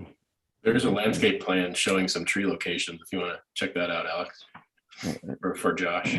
Yeah, that's what I was trying to, but on the section, they seem kind of low. So I would just say to the applicant to investigate using some landscape or site elements to try and, well, maybe we do have those there. So I'm not sure, but I would say, look for opportunities to use landscaping to kind of break up that appearance of that. I keep wanting to say ridgeline, but just the linear quality of the building as it's viewed from below. And I'd like them to come back with like a kind of maybe a more rendered elevation, so we can kind of study that a little bit less to understand the kind of the push and pull of the building frontage. Those are the only additional comments I would add. I like the project. I agree with John. I think the architecture is good. And Okay, good. Thank you. Yeah, I agree with most of what has been said. I like the architecture also, but I am concerned still about, by having a courtyard behind, it pushes the building further to the front. And then this second 2-story section has a 1-story behind it. Oh, here we go. So I'm not really understanding yet why that couldn't be pushed back. This is an indoor passageway, correct? Hallway? Correct. Yeah. So I'm not really understanding why this, well, let me do it again. Yeah. Why this, this section, this 2-story section couldn't move back and to help break, like, and as Robert said, have more of a patio out front for the 2nd story. So not really sure why that isn't happening. And then again, this, I don't know what the dimensions are here, but that's quite large, that entry court. It's nice to have a good sense of entry, but I think that could be shrunk a little bit. And part of the reason for exceeding the height limit is because everything's pushed towards the front. So yeah, I like the project very much also. I just think those seems like no-brainers to me to do a little bit more pushing back, at least on the 2nd story. So wasn't very articulate, but also looking at the plant choices, you're probably going to want to run that maybe by the fire department also. It looks like you have some vines, which probably won't be allowed on the structure, and grasses also are considered sort of a high fire hazard. So I think a couple of each. So just explore the plant list further in terms of fire safety. Okay, and so Alex Tuttle, do you need clarification on any comments? So is it safe to say that, the majority of the board, or just as a comment, that the 2-story element appears too strong and unbroken, study opportunities to break up and step further back? It seems like Most Courtyard agreed. pushes structure further or out. Courtyard behind residence pushes structure out. Yeah, I mean, it seems like most were on board with at least the master bedroom second story element. I don't want to, reduce the courtyard too much because then it won't be gracious and pleasant. But by pushing both of those second story elements across the entire building, pushing them forward, they're in line with each other, and so it's not broken up. So if any, the easternmost wing, if you will, could probably stay or move back slightly, but the western side with the master seems like it could move back fairly significantly. Mr. Chair, would it be appropriate to ask the applicant why they moved the master suite to the front? And if they have any, really, will kill the project to move the master suite back. I mean, I think, just in one sentence, if you can study that, yeah. A brief explanation as to why. Yeah. Sure. I think really the kind of the concept was to have some of these different uses into different volumes, and then with the corridors connecting them kind of being the interstitial space. So that's really kind of the overall concept. As you mentioned it, looking at the second floor, I don't have a problem moving that master suite back to either that middle space or to the back end of that volume, and making that and pushing those two volumes back at all. So I think that's very doable. We did try to push that back even further, and just the whole facade, as Josh mentioned before, kind of that facade is really broken up, and the kind of the shadow lines and maybe the front elevation doesn't do it justice with that kind of rendering in there. So that is an attempt there, but I think it would be further, to push that back is fine. As far as the other volume, kind of more towards the eastern above the living room, kind of enclosing or moving that courtyard, we could reduce the courtyard a little bit, but again, that outdoor trellis place, maybe that trellis moves back a little bit more, but still it's kind of in the middle of the site, and whether it moves back 2, 3, 4, 5 feet, it's still going to be a little bit above. But again, the outdoor trellis area is not really a solid building. It's okay. Kind of open. Yeah. Okay. Well, that helps. Yeah. Thank you. And I guess the other thing that I was going to say is that it looks like you already have everything sort of 3D rendered, so it might help us to see the structure better. It's kind of hard to read with the elevations the way they are, but a little 3D would go a long way, I think, rendered or at least colored somewhat. Sure. If you have the capability or time. I think that might help us along here. But yeah, I'm on board with how you responded. So I think we could probably, where are we here for further conceptual? Where are we? So, hey, John. So I think it seems like we're getting close enough that we could say further conceptual / preliminary. Does everyone agree with that? So Chris, I just wanted to remind your board, your last time you said a site visit with story poles would likely be required at some point, but you kind of left the door open. Yeah. So perhaps you can decide how you want to proceed with that. Well, if it was me, it sounds like the applicant is willing to make some significant moves to push some of the massing back. So maybe they do that first and then put up story poles and call us out. But, I'm open to other suggestions. If you want to have another meeting, Carl, that's a good idea. Mr. Chair, I'm not sure if the story poles would be necessary, but maybe I'm the most supportive of the project. I'm thinking that if you move that mass back, it will maybe at 20 feet or so. But remember, you could get to 19 feet with a pitched roof, so you're pretty close to compliance. Mm-hmm. And I think if the applicant shows exactly with the shade on this plan, Carl, to show what next time what exactly goes above 16, and you're penalized because you have a flat roof. So if you go anyways, just make a case. I would like that. I'm not sure that we're going to see a lot more with story poles, but I leave it up to the rest of the board. Okay. Anyone else want to weigh in on story polls? Well, I think they should revise this before they put up any story polls. I mean, I think it's due for some revisions here, and putting story polls up now would be a waste. I think you would do it after the revisions. Well, that was the idea, John, was they can go back to the drawing board a little bit and put up story polls for their newly proposed, design. But are story polls going to be necessary is the question after the redesign. Yeah, let's see what turns up, what they do. Okay. Anyone else feel that story polls will not be necessary or will be necessary?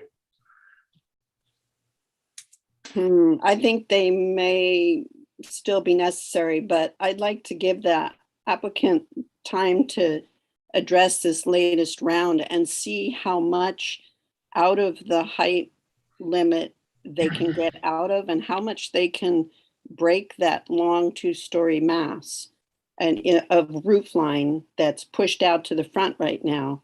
I mean, we had one project, it wasn't a hillside, but it was in a very prominent beach location. They actually sort of split the house in two architecturally and created a hollow in the center, which was very effective for breaking that long unbroken mass. Now you can do it with pushing elements back or changing some heights dramatically in part of it. But for us, we have to, if we're going to make a finding to exceed the height limit, it has to be in the interest of good design, better design by doing it. And that's not there for me right now, even though the architecture is great, but for a hillside ridgeline type house, it needs to be set back more. I agree. So, okay. All right. So I guess we'll just come back and we don't know if story polls will be necessary. Okay. Can I ask a follow-up question? Yeah. You mentioned just kind of the percentage of the portion sticking above there, and also the height limit kind of on a flat roof structure. Is there an ideal scenario or baseline that you guys are looking for, a percentage over that, or a maximum not to exceed height on a flat roof structure? No. No, not really. But I mean, when I look at this roof plan, and I have to count the roof terrace because it is a roof structure. Sure. It's more than 25% of the architectural mass of the buildings. So it's too much of a percentage. And it's unfortunate the way that Hillside Ridgeline guidelines work now. The reason that you get that 19-foot bonus for a steeper pitch roof is because there's less wall and more roof. So you get penalized when you have a flat roof structure, but you get that result on the hillside of a lot of wall. So you really still should be trying to work with the 16-foot with the flat roof and with breaking the massing. Yeah, it's really tricky. I mean, I think the limiting factor of an already established development envelope that's kind of limiting is forcing our hands to kind of go up another story to kind of eliminate the footprint of the building. Right. But you do have room along your north side to undulate. So I think. I think also the reducing your plate height of that first story from 11.5 to 11 or 10.5 would also help bring down some of the massing. So I think what we're saying is return for further conceptual / preliminary. And if you're feeling confident before the next meeting with your new design and you want to put up story polls, go ahead. Otherwise, we'll just see you next time and then decide if it'll be fully necessary. Great, thank you. Best I can do. Yeah, and I will drive by the site too and try to look at it just the way it is now. And I think that there's other views of this site, not just Foothill right below it. So that's part of what we have to deal with too. Okay. Very good. So Alex Tuttle, are you all set? Yeah, you did make one last statement there that kind of was a new statement regarding the plate height. Should I add that one in there? I think it may be a help for them. So yeah, consider, it could just be a consider comment. It's not a directive. Consider reducing the plate height of the first story in certain sections to bring down the massing. All right, I think we'll take a 10-minute break.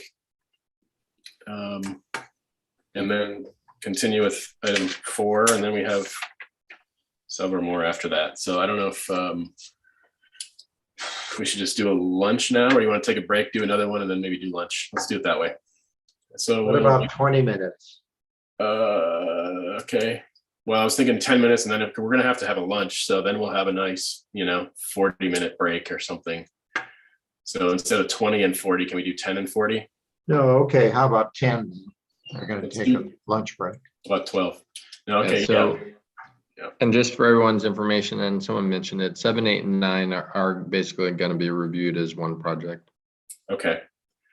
Very good. So we'll take 10 or 12-minute break and reconvene at 12:03 or 4. Thank you very much.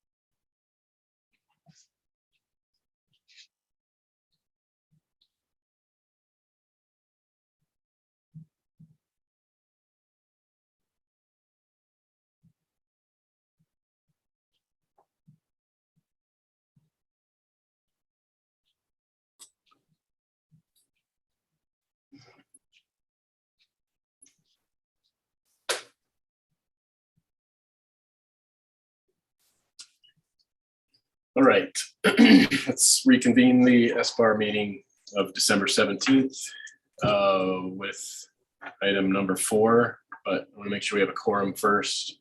It's like we do. I'm back. Is Kaylee back? Yep. And I can screen share again.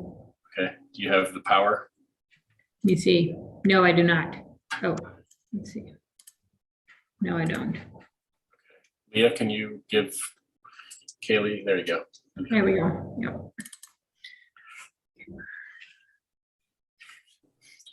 All right, so this is TND Real Estate LLC addition, request of Brian Banks, agent for TND Real Estate LLC, for further conceptual review of an 1,155 square foot garage conversion and a lot of other stuff.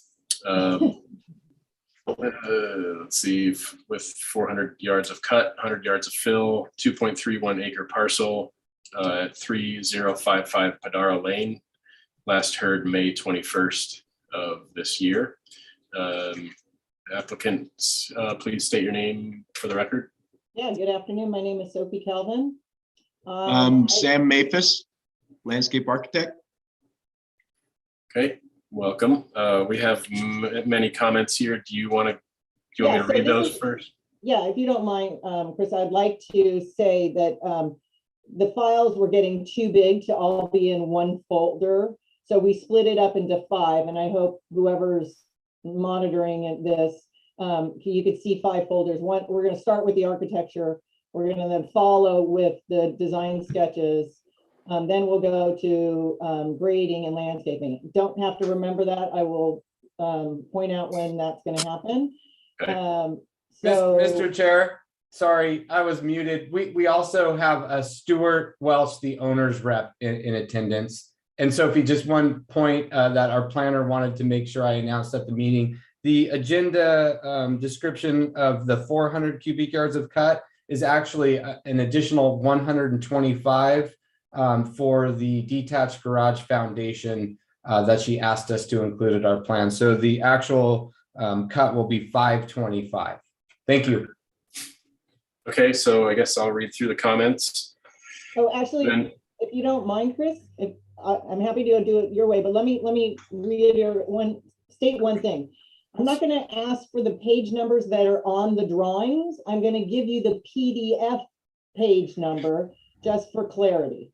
Okay. Okay. When we go to the page. Okay, great. That's fine. So we'll start with the comments from the last board meeting. I'll read them and I'll address each comment. Okay, go ahead. Okay.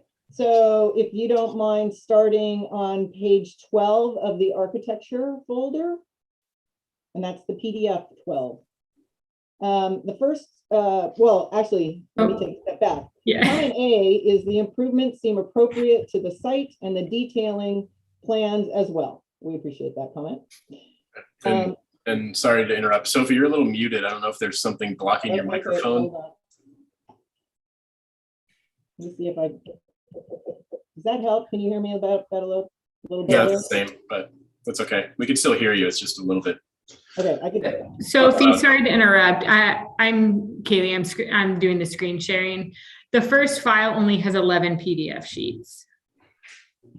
And then you have a second architecture. Kaylee, I think our planner must have broke them up even further. Okay. So we can just go through. I think you'll probably start on number 2, your second tab there. I'll bet you that next. That's what I page was will be on guessing. Yeah. Okay.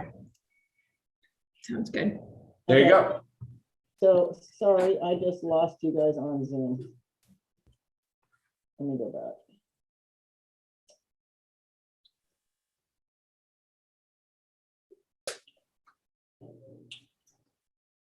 We see you and hear you, Sophie. She's reconnecting. Okay.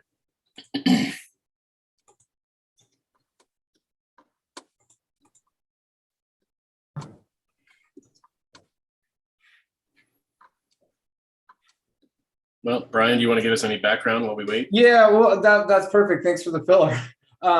In terms of permit process, we do have our planner assigned. We've submitted, just resubmitted and some additional information our planner requested. The goal, we hope that will be deemed complete here shortly. And the goal, of course, today is if your board has positive comments, then because of its location, oceanfront location, we do have to go to the zoning administrator for approval. So the goal today would be that if we have positive comments and your board agrees that the project is ready to move forward to that hearing, then of course we would go and make sure we get approved. And then we would come back with the requirements for, for preliminary approval. So we can only get conceptual to the conceptual level of comments before going to the zoning administrator. So that's where we are with permitting. Great. Okay, so If- I don't Oh, think. she's you back. heard me. Okay. I was going to say I could jump in and do the landscape, but we'll wait for Sophie. Go ahead, She's Sophie. back. I'm back. Can you hear me? Yep. Okay, great. Talk louder.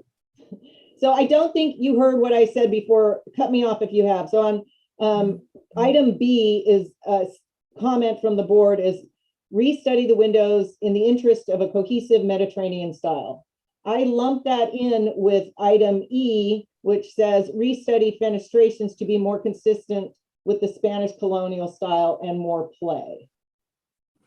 Okay. So now let me address those. The redesign of the house has been transformed from the Normandy style architecture to a Spanish colonial revival architecture. We simplified the doors and windows from the previous plans, eliminating the top arches of the doors and windows, except for the front door. We are proposing steel doors and windows with divided lights as shown on the plans. And we would like to point out that the remodel house that we are proposing is 4 feet 7 inches lower than the house that you see down below. So you see the outline of the roof on the proposed north elevation. So, yep, you got it. Okay, now I'm going to go to item C, restudy shed roof. Oh, I thought I heard an interruption. Okay, restudy shed roof on north and west elevation. So please stay on page 12. And what we're addressing is the chimney and the pop out. Yep, so that corner. So the shed roof near the chimney to the left of the page has been simplified. We continued the overhang with the tails, which added character to this elevation. The scroll made of metal on the chimney is a historic seismic tie that is appropriate to the style of architecture, and it provides a whimsical detail, sorry, not design. So now page 14. Well, yes, perfect, thank you. Kaylee's interpreting this file split. Nice job. Yeah, that's good. Okay, so the shed roof that you still see below the chimney off to the left side of the page, the other shed roof that they were, I believe they were talking about was this one over to the right, and shed roof with a little hip. Exactly. So the comment is this roof is existing and we want to preserve it. There is no need to remove it. This roof connects to that wing wall, and you can see that there is a wing wall at the end of that roof that is closer to that first, tower. And you will also see it if you go to the next elevation, next page. Next page. Nope, sorry, it was the first page, so sorry. Back one. Can you go back one? Keep scrolling up. One more. I think it's page 12. Which would be page 1. Oh, sorry. Ooh. There it Okay, is. so you see the wing wall on the left side of the building? It's that little scrolled thing. So that roof that turns the corner as a shed roof is existing. We'd like to maintain it. The scroll or that wing wall used to be about 3 feet higher. So we've really scaled that down and simplified it. So now I'm going to go on to item D. The left side of the south elevation has a lower hip roof that seems inconsistent with the architectural style. So if you can go to page 13 and 14, or 13 and 14, yeah. So this is an existing hip roof that we want to maintain. The tile roof line breaks up and creates a visual break between the first and second floor. And we're talking about, yeah, that one, yep. And second floor, and the scroll wing wall on the far left is of the proposed elevation has been lowered 3 feet. And the wall receives that. So you don't see the roof line on the northern side, you only see it as you go around that corner. I'm going to go on to item F. Railings in style like this would not be vertical pickets. Study other options such as scroll work. Page 13, which should be the southern elevation. Correct. If you could zoom into that balcony on the second floor, we have added detail to that. We added scroll work, and when we come back, we will have details on all of that. Going on to item G, it would be page 16. Use a variety of light fixtures. We felt that the light fixtures on the previous designs were too large and not in keeping with the architectural style. We looked into a variety of light fixtures and we feel this simple stated fixture was appropriate. So you see that one, the Lights of Tuscany. This page shows the interior front courtyard elevations and the light fixtures with that will be night sky compliant and has the proposed exterior color materials on the color board. The east courtyard elevation shows the elevator tower and the scrolled top of the parapet. So we added a little bit more detail, the far east, the far left to the page. That is an elevator shaft, and so we added a little detail to the top of that with a scrolled parapet.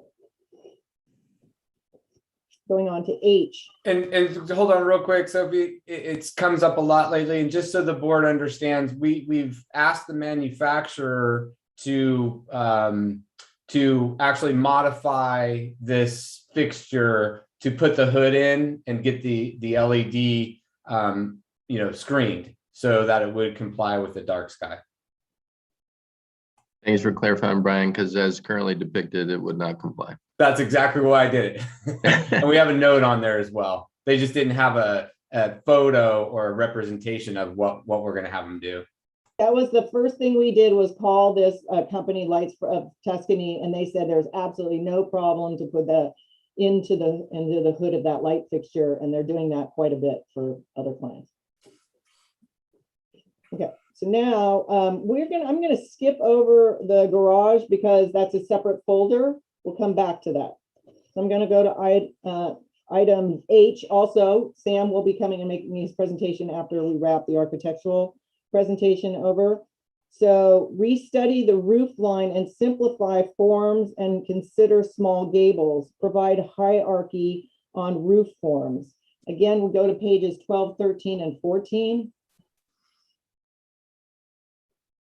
So what we did is the roof lines have become simplified. We studied the eaves and raised and lowered the plate heights to create uniform lines in the architecture. Go to the next page. So on this south elevation, you also remember that there was some applied wood or plaster decorative panels. We removed those completely. There was this one off the south side. There was also one on the north side.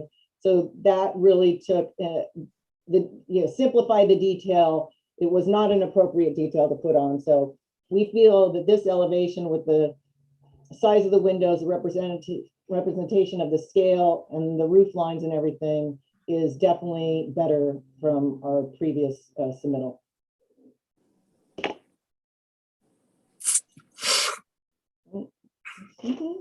So K is restudy the entry. Could you go to page 12?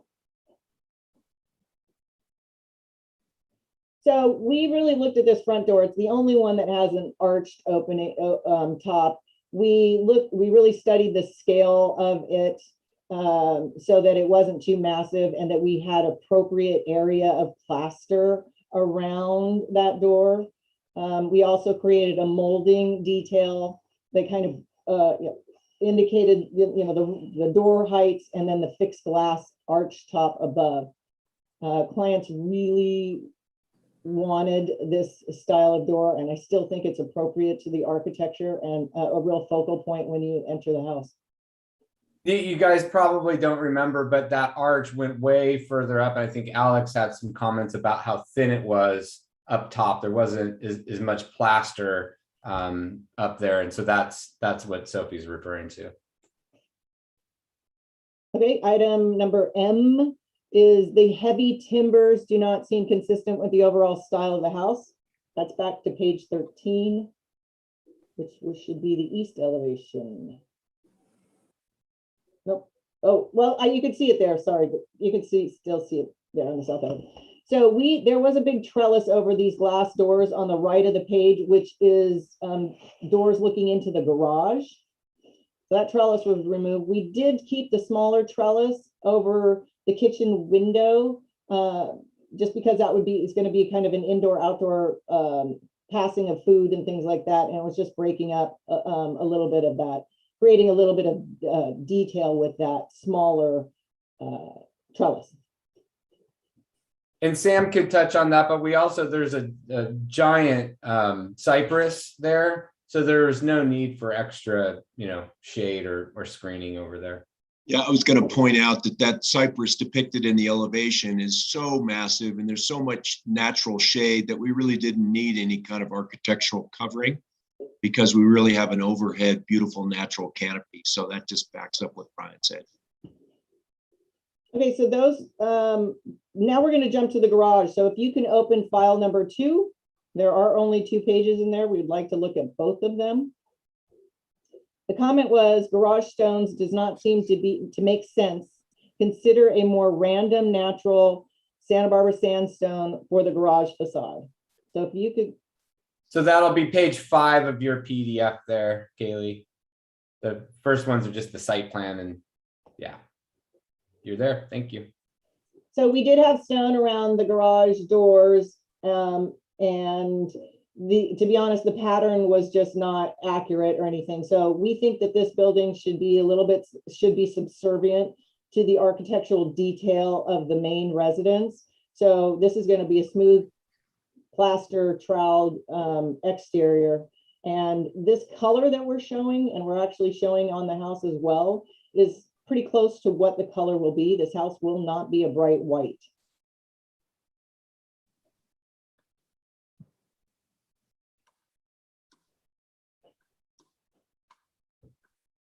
Now, could we go back to Bob's file number 2?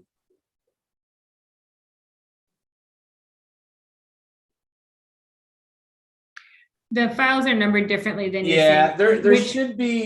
there should be one. Josh had a comment about the more detailed, and we have hand drawings from the design architect. So I'm not sure how they got relabeled, but they should say something like, "Out there you are, you got it." There you go. So this was something the board requested. It's a little bit, yeah, there we go. So this just gives a little bit more feel of what's going to be the outcome of this house, and showing some of the shading and shadowing of this.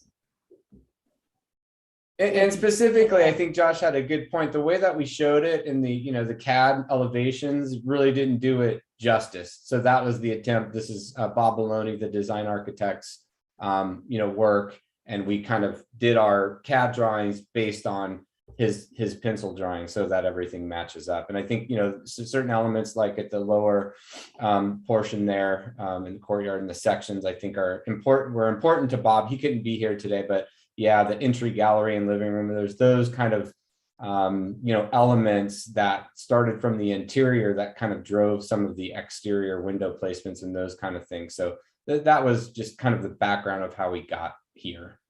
It also talks to the detailing a little bit more of the entry. If you look at the upper right elevation, it shows the courtyard, a nice beautiful gate that comes in from the yard into what will be a very functioning, nice, quiet courtyard with a fountain in it. It shows the balconies.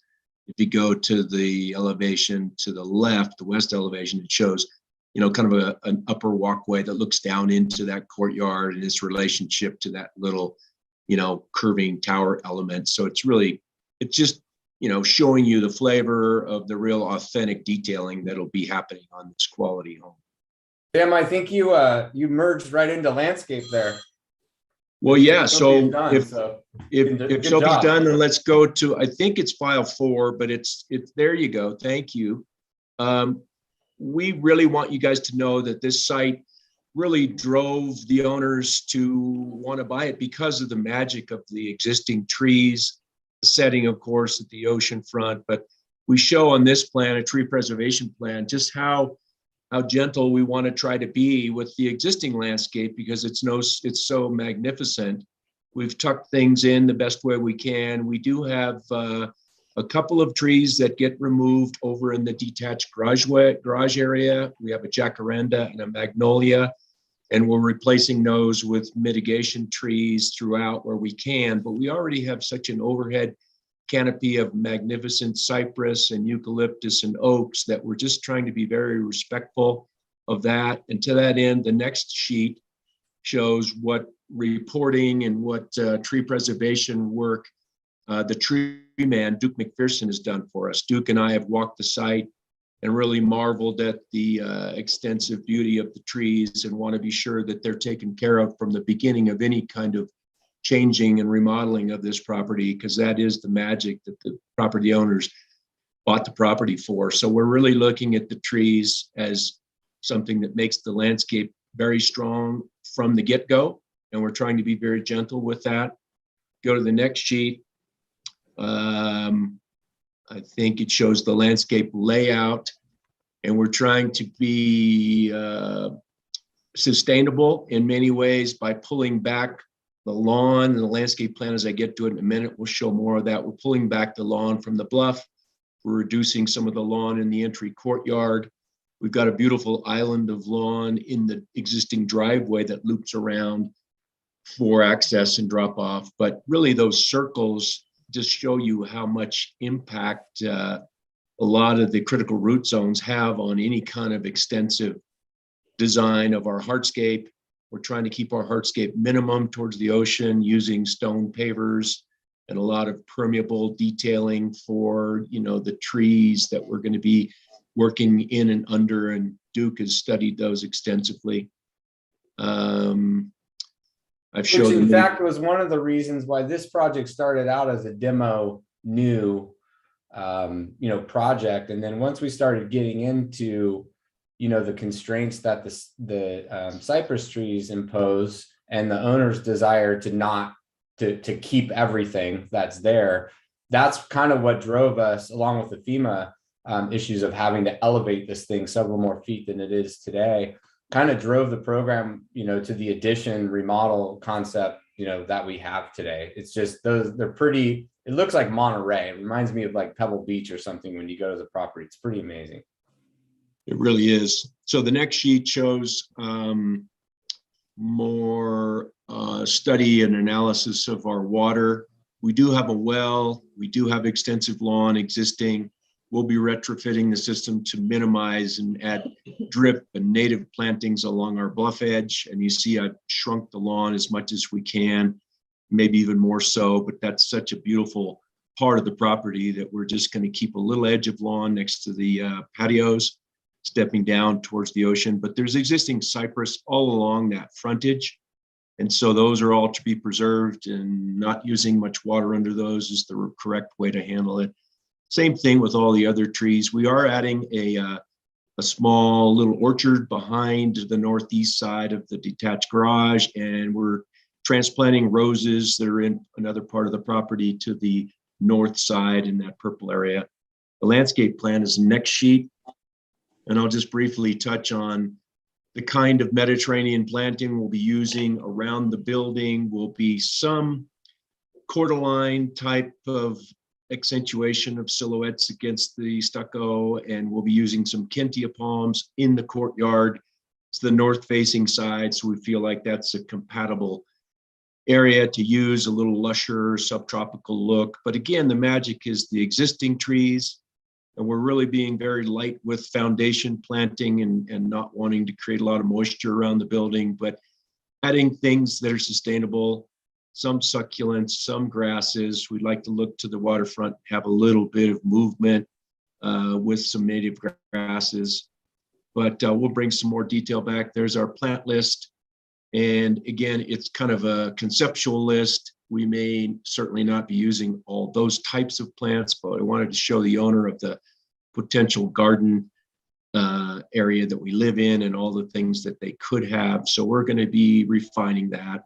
And Sam, did you want to touch on the one thing we didn't do and we should have clarified in Sophie's elevations, that wing wall and your path there at the... Oh, sure. If you go to the south, I got the west corner of the main building. There's a corner that has a little walkway coming off the entry. Just blow that up slightly. We're gaining, interactive, back and forth with the design team, and that wing wall does kind of hide the shed roof. But we do, because of the critical root zone of the oak trees directly adjacent to that west side, we need to keep that walkway more snug to the building. We can't come out and get too far into the crown and the root zone. So we're going to be putting a walkway and an archway opening with a gate probably through that wing wall to break it up a little more.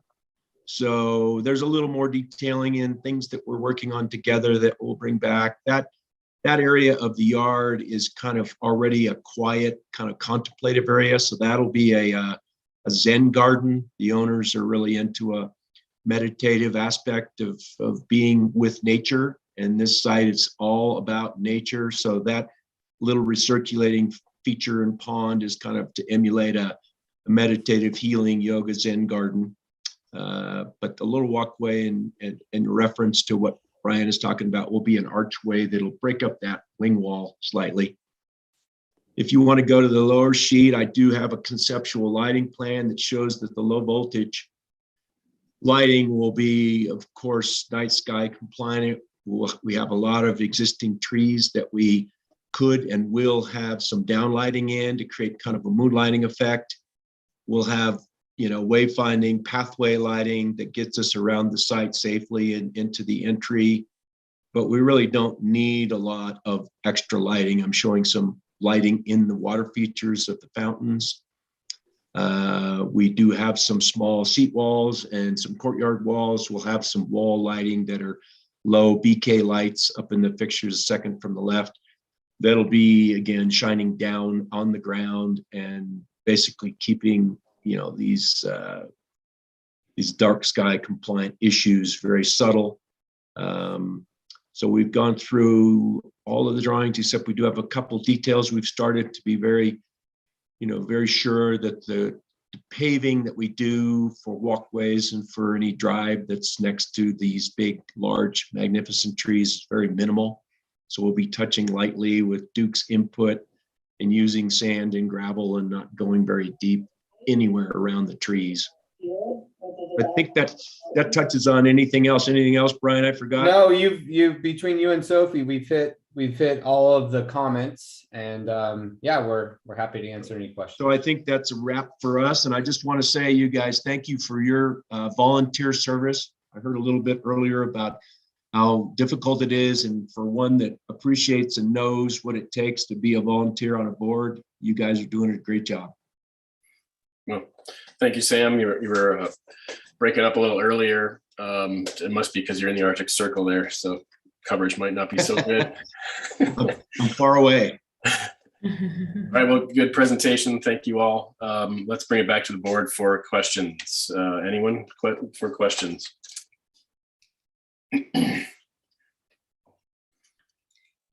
I had one question. This is more architecture related but it does seem like the proportions of things are different on the sketches on some elements from the rendered elevations.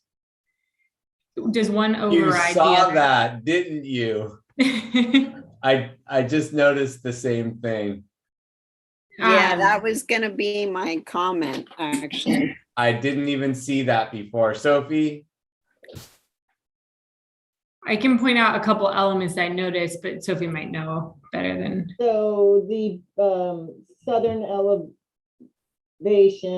the roof line looks like it exceeds over in the graphic that Bob had, right? That roof is, yeah.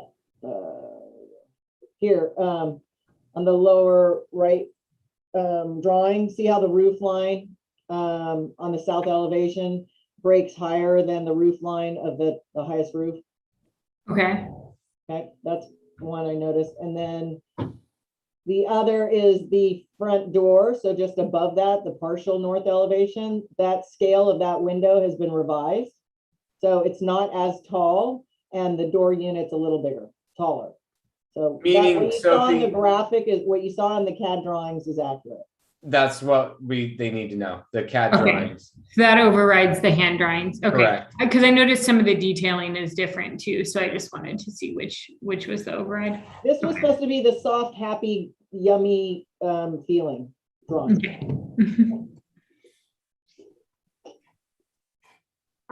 Any other questions? I have a question. What's the purpose of that wing wall that you see in this drawing? For instance, it would be on the right, north elevation. What is it blocking? Why is it there? It's the only Sam might be best to answer that one for you, Alex, because he was involved in that little personal courtyard over there. Well, we have a courtyard of a bedroom, but we also have a little shed roof. If you notice on it doesn't show on this elevation, Alex, but it's a small shed roof that breaks up that west elevation on, and what we're trying to do from the front of the building as you arrive is hide that little funny, it's a detail that looks a little awkward. So we thought with that wing wall, we're hiding that. We're providing a little privacy for the guest area in the Zen garden from the main entry. So we're going to be putting in a little arched walkway that goes through and penetrates that and some landscaping to absorb it. But that little, right there, we'll have a nice little proportioned archway, pedestrian scale that'll break it up. But the little projection of the roof was something the architects felt strong about, wanting to protect visually or hide visually slightly. So that's the reason for that. Okay. Another question. The turrets, the steep roofs over the circular over the towers. One of them is existing, right? With this, the main stairway should be there or something like that. And right at the entry. Yeah, and is that something that you want to? Question comment. It's usually roof tiles don't go over 3 to 4 and 12 for Spanish architecture, 5 for Italian. Other than that, when it starts getting steeper than that, it starts looking awkward. Is it? And I was just wondering, do you have like a framework inside the stairway that you try to preserve? Is that why you're keeping that, or is it just because it's there? I can address that.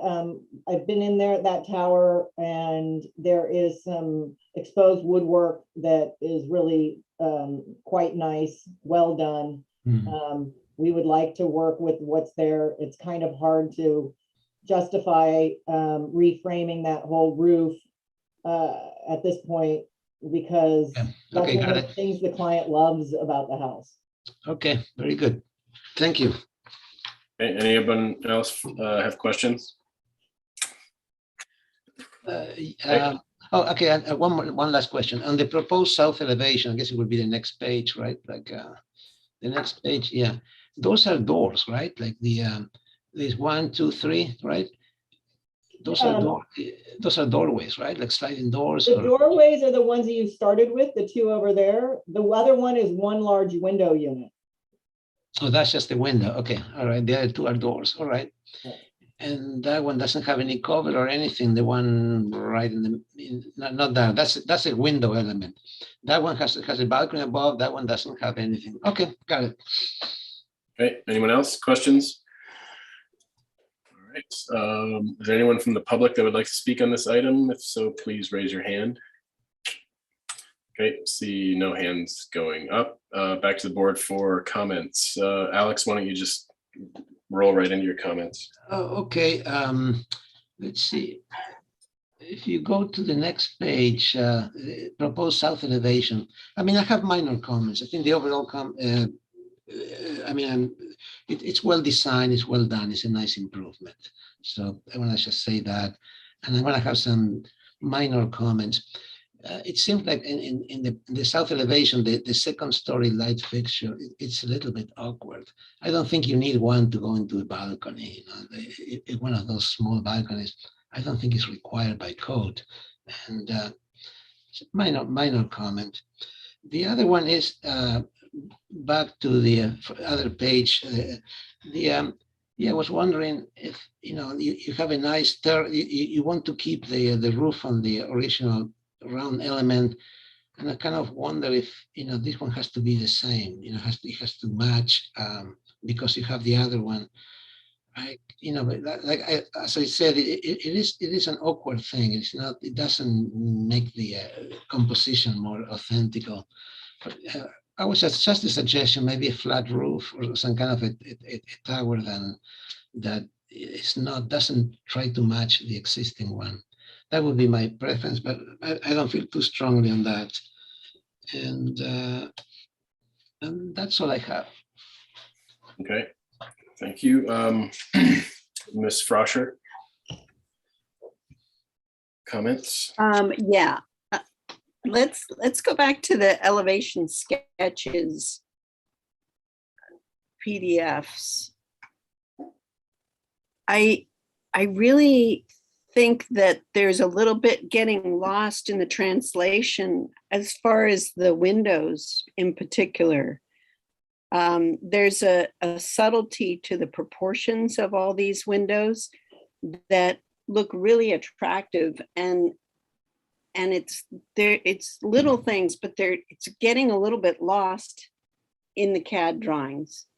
A good example might be that two-story glazing on the south elevation. Yeah. Now you can see that the plaster sides are quite a bit wider and the windows are a little more framed. And when you have all these breakups, you want to have a rhythm that goes throughout the building that feels really consistent. And I think in the hand drawing, that is definitely happening. And in the CAD, if we go back to the CAD elevations, yeah, I mean, even the north elevation, the turret window to the right of the entry looks really tiny, and then the doors look overly large compared to it. On the south elevation, the window bank above the middle set of door, yeah, it looks really squashed. And when you go back to the hand drawn, it's got a very different feeling to it. So I think you could go back to the hand drawing and really scale them and try to pick up more of the sensitivity that they show. And lastly, my concern on the, I guess is it the east elevation? I know it's got the tree screening it very well, but there is a lot of kind of two-story wall with windows marching across it that I'm just not sure if it's totally, it's hard to tell because it's at an angle in the computer rendering, but this is such a beautiful building and it's such a beautiful site that I really want you to lift up the windows to the level of everything that you're trying to do here in making a classical Mediterranean. Okay, That's my comment. that sounds good. Thank you. Member Richards, comments? I don't really have anything to add other, I mean, it seems like they did a great job of addressing all the previous comments. I think the landscape architecture is sensitive to the site, and I agree with the comments about the windows and a little bit of loss in translation between the CAD and hand drawing, but apart from that, I think it's a great project. So I'll leave it to the architects to comment on the rest of it. Thank you. Okay, Board Member Verdiak. Well, I agree with Valerie and Alex's opinions there. The metal windows give it sort of a commercial, aura about it. And, I know it's on the beach, and if those windows were wooden, they would match that hand drawing much better. But then there's the maintenance problem of it. I also think that the slope of those roofs on the towers really throws it off, and you could change the material. Maybe if you tiled that dome roof where those are, the towers are, and they look too steep. They still have that Normandy effect to them. And,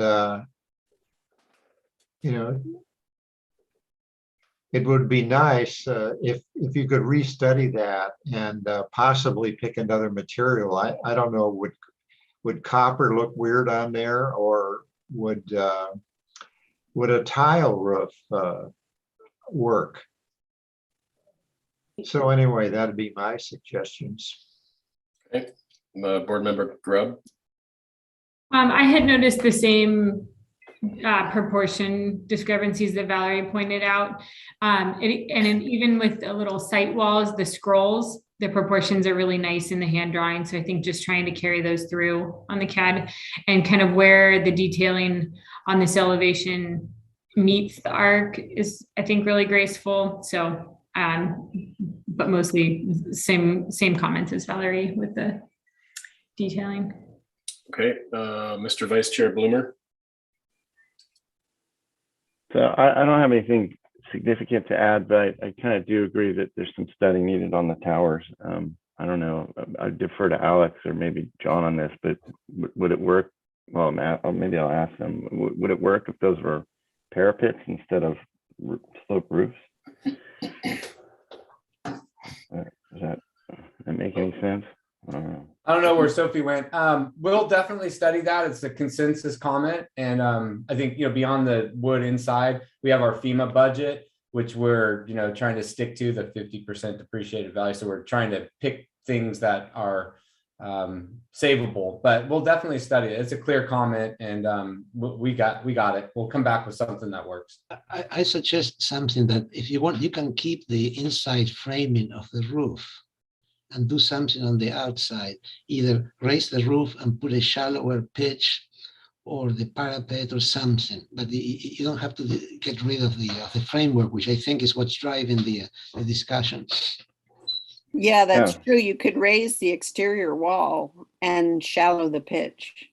All right, so I'll amend my comment to shallow the pitch of the parapet roof. That's my comment. And by using I guess it would be California framing, really. Yeah, because you'd leave the interior beamwork alone. Got it. We'll definitely look at that. Okay. I don't have much to add either. I think it's really nicely done. I concur with the other comments. The landscape looks really good.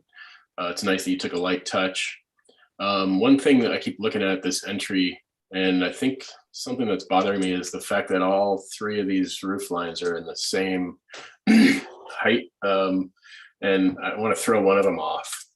I don't know which one, but it seems like either the tower could get taller, that would help, as was just discussed, or the entry, where the entry door is, that could get slightly, I don't know, lower, maybe even taller, but something in there. Just seems like there's some little give and take, a little push and pull would help take those out of alignment. I think that would help break it up a little more. But otherwise, I think it looks really excellent. So Thank you. Thank you. I recall that you said you can only take comments. So there you go. Those are your comments for conceptual. And we'll see I guess, you. Mr. Chair, if, and maybe Alex can help us, whatever, if you feel like this is ready to move forward so we can, you know, proceed with our CDP process, whatever statement that Alex thinks, sorry, Alex Tuttle, would be the appropriate statement to make for the zoning administrator process. Basically, just confirming that the project's ready to return for preliminary after decision maker action. I think we can provide that comment. Yes. Mhm. Great. Thank you all. Awesome. Thank you all. Have a great holiday. Thank you. Thanks. Thank you. Bye. Okay, so I think we still have 5, 6, 7, 8, 9. So we have 5 more items. I think we'll probably need a lunch break. Is half an hour enough for everyone, or should we go 40? Return at 1:30. Hour's fine for me. Yeah, it's I fine. already started my lunch. I couldn't wait. Okay, so we'll take a half-hour break and return at 1:20. Yeah, half hour is fine. Okay, thank you. See you in a bit.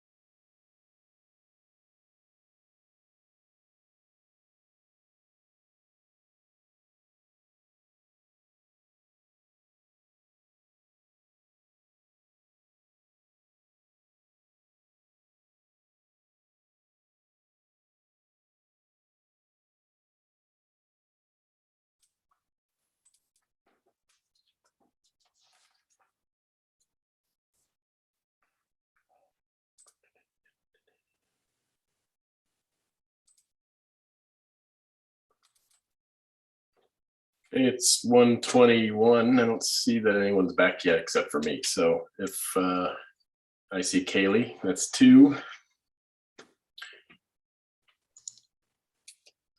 Anyone else out there, board members? I'm here, Chris. Okay, Robert. 1, 2, 3, 4. We got 4. All right. Thank you, Alex. So we'll reconvene the SBAR meeting of December 17th with item number 5, right? Yes. Kaylee, if you want to pull up plans, I'll read the description here. This is the wood deck. Request of Don Swan, agent for Danny B. Wood, for conceptual review to validate an unpermitted wood deck rebuild of approximately 622 square feet and the addition of a roof to the deck. Let's see.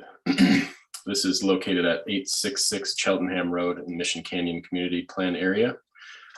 Do we have the applicant here? If so, please state your name for the record. Hi, I'm Don Swan, agent for Janie Wood. It was spelled like Danny. Sorry about Okay. that. Janie. All right, done. Whenever you're ready, you can proceed with your presentation and just let Kaylee know which page you want to be on. Exactly. Well, you look at the site plan, which is the floor plan and everything right now. But I want to just give you a little background that Janie is, her parents bought the house in 1960. It was built in 48, excuse me. And she's lived in that house all her life. And the deck that you see in that white deck in the first picture was the original deck. And now that it became deteriorated so much that she decided to have it rebuilt, thinking that rebuilding it did not require a permit. She apologizes for not having to, knowing that issue, and it got rebuilt, and then got a complaint from a neighbor, and therefore got red tagged and then it happened to be that's when I got involved by asking to take care of the plan and finish it up for her to make it get building permit for it, and required your review of the issue. We zoom in, Kaylee, please. Thanks. Sorry. Sorry. Okay. You want to, if you want to look at the pictures of the, there's some picture of the original deck. That's good. That's a good one. It shows the original deck on the lower right-hand corner there, the former deck. It was, and this is the one that was decayed, and Janie decided to rebuild it, and in doing so, she rebuilt it and squaring off the odd shape that it had. It was not very efficient at all, and she squared it off and just it does not. I want to say it does not encroach into the front yard any more than it did before. It's more efficient now. The stairway that goes up to it is now has a handrail, which it didn't have before. And so as you see from the current sign, it shows the deck as it is now at this point. It will have an additional skirting at the bottom to protect the bottom area of it. And the other picture that you see at the top is what we'd like to see it look like. The material will be colored off-white, or maybe it'll be like a stained wood surface for the deck itself. And it has a metal corrugated roof that we want to have a dark gray flat finish on top for the neighbors who had any reflection off the roof that's there now, and then add additional planting so to hide the impact of it from the street, because it's right at the end of Ty Road. For those who are familiar with, above Foothill, and the driveway goes right at the end of Ty Road, and so the front now is a little exposed, but will be figured that the landscaping that is shown on that picture will kind of soften the starkness of the rectangular deck. And that's Can we zoom in basically, a little more, Kaylee, to the bottom right there so we can see the actual, those two photos. Yeah. Sorry, Don, I didn't mean to keep interrupting. that's the. I also provided some additional photos from the street yesterday when Kathleen Bopi, the planner, would like some more information on it. I don't know if you got those pictures or not. So that's the original. That came off the Google map. That picture. The elevation slightly lower. Was there additional pictures supplied to you? I don't believe so. Let me check the folder one more time. Okay. Kathleen uploaded them yesterday, so that's why I was curious you had. The one that says deck photos, it has a whole bunch of them. Yep, sorry, I missed that one. Okay. There we go. There's the first one, the page number 1 of those pictures.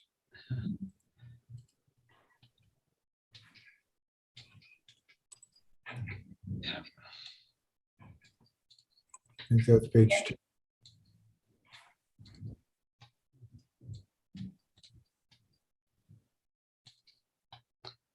Can you guys see it or no? Can you, Yeah.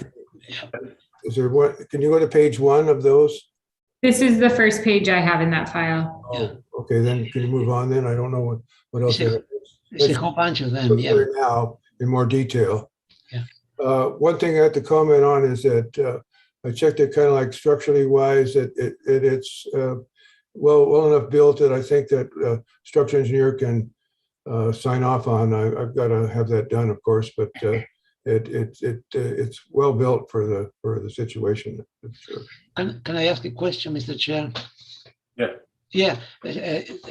How do you meet? Are you not in the high fire zone there, Don? You're in Cheltenham. Where are you on? Let's see. It is in high fire because it's above foothill. Yes. So what do the I'm not sure if you can do that. I mean, you have to skirt. You got to do either some paint, or you got to do something with it, with all that wood, right? So I think it has to be 6 by members vertically. Yeah, but you don't have that. You don't have solid. That's good. You don't have the. That's not high fire construction. Just saying, like, Yeah, I don't think it is. The underside of the roof and the enclosure underneath the deck all needs to be different. Also, the railings and the steps. I don't think you can do it like that. You're gonna have to. I'm not sure what, but you may. I mean, let me expedite this. I believe it can. We can check on that, but I can. But to make if they're 6 by 6 posts, that meets the requirement. That the rafters might have to be. I'm not sure about what we'd have to do there yet. I'll have to check with fire. Okay, well, let's continue the presentation and then we'll get back to questions. Okay. Or is there anything else left to show? Not really. Okay, just keep scrolling through. They're all very similar. I have a question then. You're showing the planting in the photoshopped image coming in front. Are you planning on removing some of the paving to be able to do that? Probably has to be something will have to be done there to get that planting there. Yes. Okay. And are there photos from the street, or are these all just close up? There was a whole page of photos from the street. That's from the other end. There you go. Here they are. This is in there. Okay, that's from the street. This is to the up the street just a little bit, and that's farther up the street, looking back. Like they can see the slightly deck there, and this is the last one is from the other side, looking westerly. There, you can see the deck from the neighbor next door. Yeah, that's probably the best shot. And that's coming up Ty Road, that last shot there.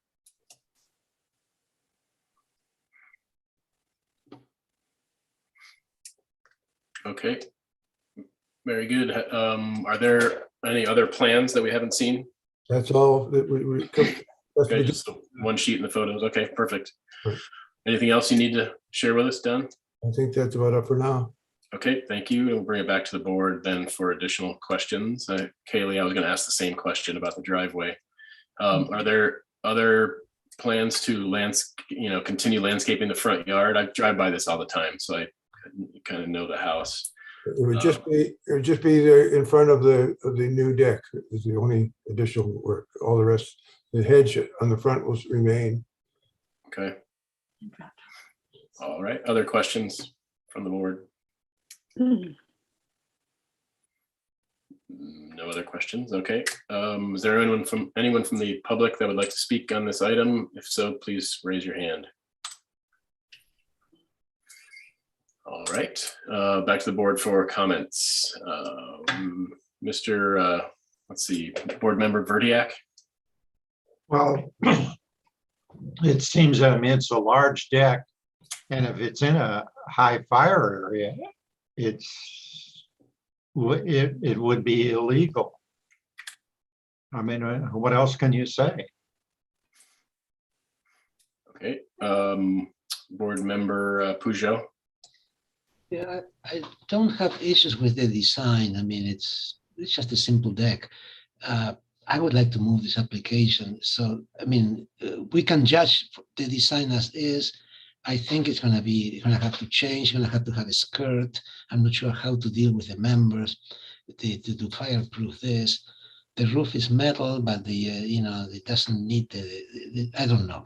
But it could be reviewed on consent if it's modified along more or less what it is. I don't have issues with the design itself. Okay. Anyone else have differing comments?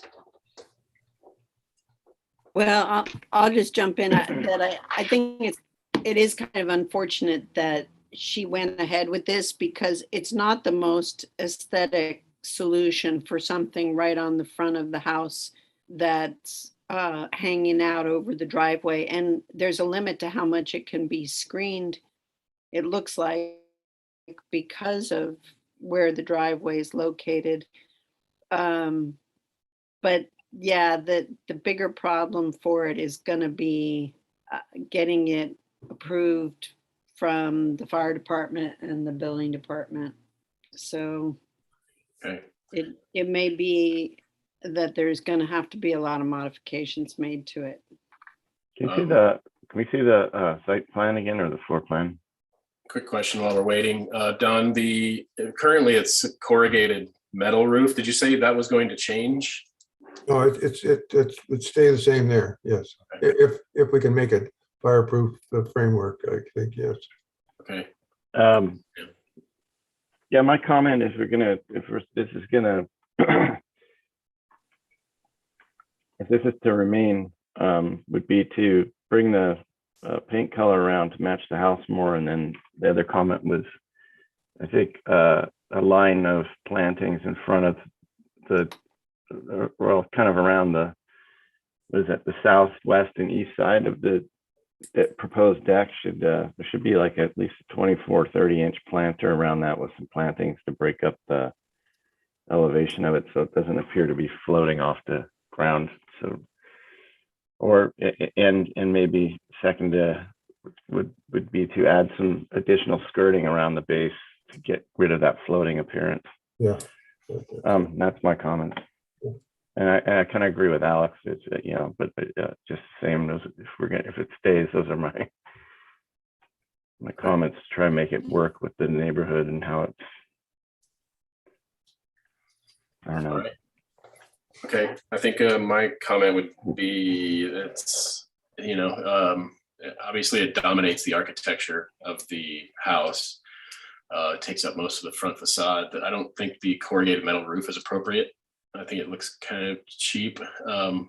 you know, for the style of this, you know, I guess maybe it's a very low sloped roof. So I don't know if standing seam or something that works better, but I think the corrugated doesn't work very well. And also, you know, looking at the difference between this and the previous, it just creates this massive amount of shade right in front of the house, which is nice on the south side, but I don't know, maybe a skylight or something might help to bring a little more light in there without causing sun issues. So I agree, though, that I think this could go to consent, but I think you need to do a little research and talk to the fire department and see what they will and will not allow. But style-wise, it's not too bad with the way it is, but you're gonna have to see if it's actually gonna work for them. So I think we could move this to consent for further conceptual prelim and final, but I think you have some work to do ahead of time. Hey, Chris, this is Alex. So since I'm trying to, per prior direction, avoid the one member says this or one member says that, your comment about the roof, do you want to see what other people think about that? Sure. Yeah. Anyone have thoughts on corrugated versus another? Yeah, I think it should be, well, can you go back to the photograph of it? Sorry. It's a flat roof, so.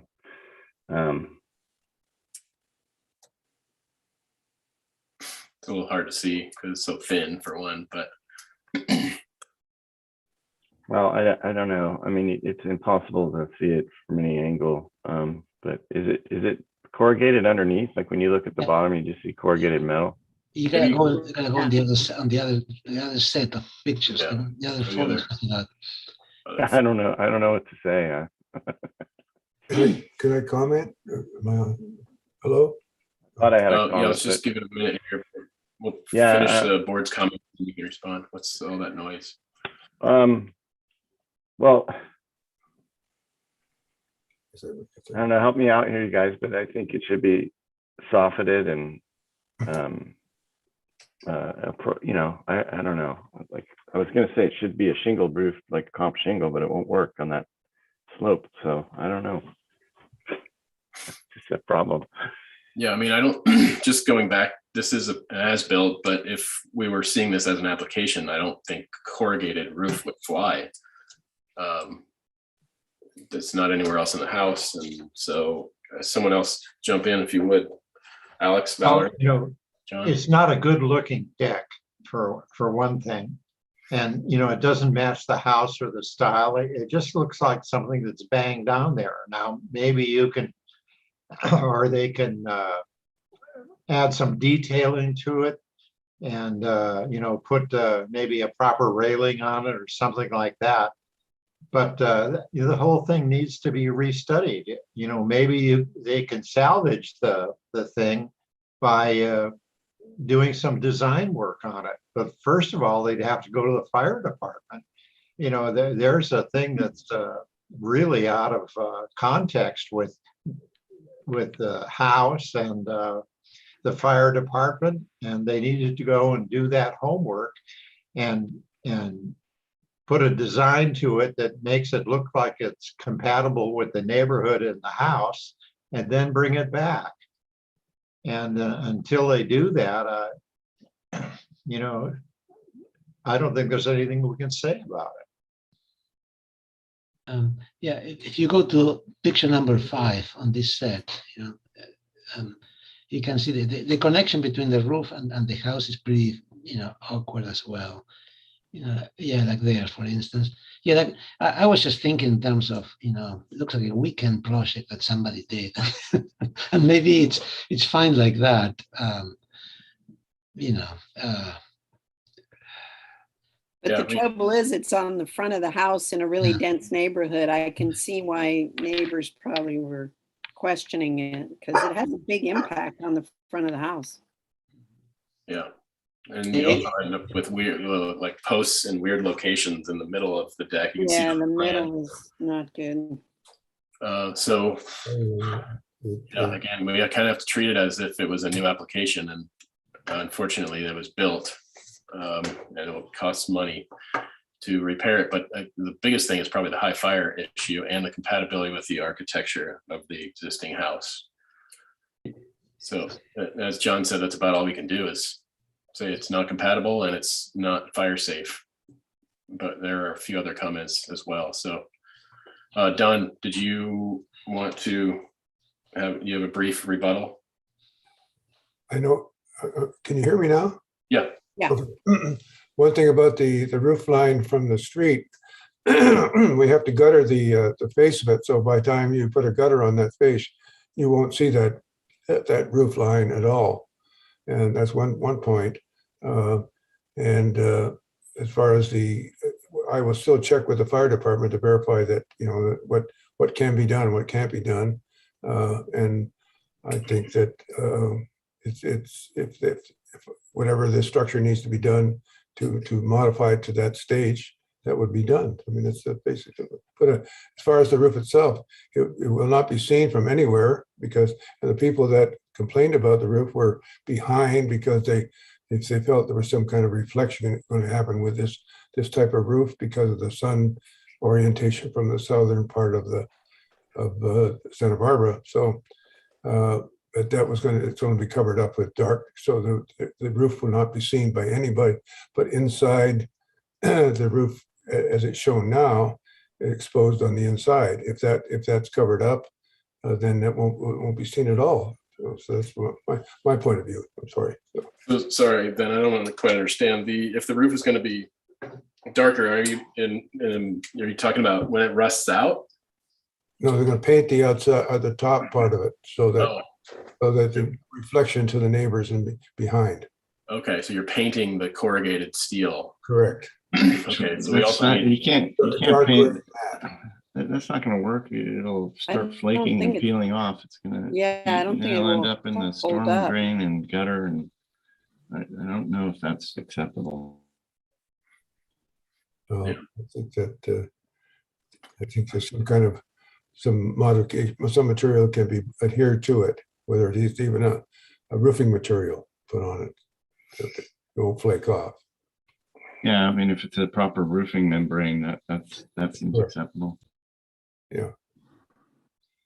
Okay, well, My comment's only relevant if it remains as is, I guess, but I don't think the railing should be painted white. I think it should be painted a more grounding color. I think that draws more attention to it from the street view. But if it's all changing. okay, well, there's lots of comments there. Alex Tuttle, do you feel like you have a handle on the comments? Or do you want to read them back so we can? Well, okay, here's what I got. Study design options to be more compatible with the house. Need to ensure deck complies with high fire hazard requirements. Provide minimum 2 to 3 foot planter in front and sides for screening. Add skirt around base to minimize floated appearance. Study alternative roof material from corrugated metal. Okay, anyone want to add some clarity to that? Or is that Maybe good? they could put sprinklers on the thing and the fire department. I think that's going to be up to the architect to determine how this is compatible with high fire. So you may find that you have to make some major changes and you may end up with a Yeah, I mean, the whole thing with high fire is not wanting the fire to get up and under a big open and closed area like that. So all the timbers that are exposed have to be at least 4x. So the whole roof structure has to either be sealed or redone. And the same with the skirt around the bottom, it needs to be fireproof. You can't allow fire to get underneath and feed on your light structure there. Okay. Well, there's the direction. So I think you've got a little work to do and we'll see. Do you still want to do consent or full board? Oh, full board. Yeah, I think so. I mean, it's a prominent location too. And I think the style thing is a big concern also. So I think back to the full board, but conceptual, prelim, and final. So if you have everything together, then you can get through. Okay, Yeah, I have a quick question for the rest of the board. What would the board think if they just didn't have the roof structure on it? I mean, if they wanted to just simplify it without that roof. It still has the high fire issue. For Okay. the deck structure itself. But it seems like the whole reason they did it is because they wanted the roof. I think the roof is kind of the most offending part of it personally. But, Yeah, the way it was executed is. all right, just thought I'd throw that out as a. Yeah. Okay, there you go. All right, we're moving on then. Thank you. Item number 6, 4235 State Street Cannabis Storefront. And by the way, Leah, I think Brian Cornell needs to be moved up to panelist. So this is the request of Gilar Macon, agent for John Price, for further conceptual review of cannabis storefront, retail, dispensary, and associated signage. So there's a lot of description here, but this is basically a 12,500 square foot parcel, 0.28 acres, located at 4235 State Street in Santa Barbara, which we've seen before, and that was on October 1st of this year. Was Brian moved up? Do we have the applicant? State your name for the record. I'm here, Brian Cornell. Yeah, Brian, we also Good have afternoon. Yeah. Okay, we have a planner memo also, which I'll read through, and then maybe I'll just read through these comments since there's not that many of them, and then I'll read the planner memo, which is a little long. All right. Comments from last time. Site plan needs work, study ways to improve relationship to the street and make it more pedestrian friendly. Paving is excessive. Study incorporating paving variety to break up paving. Need to introduce more landscaping, especially to screen parking lot from street. Study opportunities to add canopy trees. Incorporate planter on western property boundary if possible. D, styled building is appropriate. Board form concrete is an important component of the design. Need planning staff to address status of pole sign. Can it be removed? Pole sign placard should be reduced in size if the pole sign remains. So the planner memo states that fences, walls, gate posts, and gates are to be included as part of the overall architectural review of the project. We're here for further conceptual as stated. Planner comments, please note that the project description has changed since your board first reviewed the project on October 1st. The applicant now proposes to demolish the existing structure and construct a new building. The existing non-conforming pole sign can be either utilized or removed. The applicant proposes to utilize the existing pole sign. For your reference, the landscaping requirements for the MU zone district are included below. Landscape plan at a minimum shall include the following: a landscape area with a minimum width of 10 feet shall be provided adjacent to the perimeter of the project site, except for areas provided for site access. A landscape area with a minimum of 10 feet shall be provided between all lot lines and any driveway or uncovered parking area, except for areas provided for site access. The landscape buffer shall be provided between residential and commercial and/or industrial portions of the development to ensure adequate screening, privacy, and noise reduction. Uncovered parking areas shall be screened from all streets and any residences by hedges, dense plantings, solid fences, or walls not less than 4 feet in height. And lastly, parking areas shall be landscaped in compliance with section 35.34.100 landscaping requirements for parking areas. Okay, I'll turn it over to you, Brian, for your presentation. Okay, thank you, Mr. Chair. Members of the board, Merry Christmas. Let's go to, this is obviously the existing site plan. It's very industrial. I think you all are familiar with this old gas station.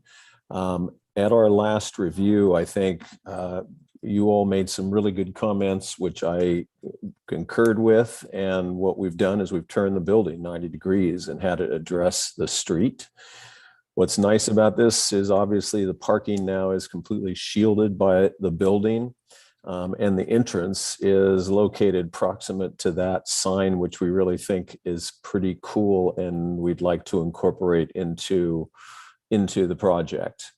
So it's pretty simple plan as far as the service area, the back of house, and the secure parking space. And then, of course, we have this 25-foot easement that is running along the west side of the property. And it is constrained in many respects, but when I have Aaron come up and talk about the landscaping, he can discuss what we're going to try and do there, hopefully. But this plan, by shifting everything around, we obviously get the trash back in the corner, and we create more opportunities for canopy trees and landscaping. Let's go to the next sheet. So we've kept the basic vernacular, maintained the board form concrete, which the board appreciated the last time. It's very simple structure. I think you can see now that, you know, it's kind of nice the way the entrance is in relationship to that sign. And otherwise, I think the architecture speaks for itself. If we can go to the next slide, which I think are some of the rendered views. Maybe zoom in on the first group to the left side, and then we can make our way down. So these are existing and proposed views. So significant difference there on the view on the left from what is there today. And you can see again how that sign really incorporates nicely into this entrance area. That landscaping area around the sign, I think, is about 12 feet from the property line, by the way. The next one in the middle is more from straight across the street. And then looking back up from State Street from the west, if we scroll a little bit more, you can see that view as well. So let me have Aaron drop in here. I think the next sheet is the landscape plan, and he can talk about what he's proposing from a planting standpoint. I think it's there. There we go. So, yeah, comment number C requested more landscaping, especially to screen the parking lot from the street. So with the redesign of the site and the building, the building primarily screens the parking from the street now, and we do have more canopy trees between the parking lot and the street. The west property line, as Brian mentioned, we've got that 25-foot access easement. So what we were proposing is a fence with an evergreen grapevine on there, and that's really the best we can do along the west property line while maintaining that 25-foot width. Yeah, I just want, Aaron, if I could just jump in there. I mean, unfortunately, the adjoining neighbor and the neighbor in behind have rights to that. And so there's all kinds of issues as far as circulation, but we're really pushing to get at least this separation between those properties. Obviously, I'd love to have a planter, and someday, maybe when ownership changes, we'll be able to do that. But it's, as I said, it's kind of a little bit tenuous, but it's something we're determined to try to pull off here. Yeah, and to touch on some of the other landscape features, we've got New Zealand Christmas tree, canopy trees in the parking lot, white crepe myrtles in the front, and then where we've got a little tighter planters, we've got some ponytail palms, cordylines, and some trachycarpus. And then the overall theme of the project is contemporary in style, and we've got some interesting plantings, grasses, succulents, etc. The second sheet has photos of all the plants that are on the plan.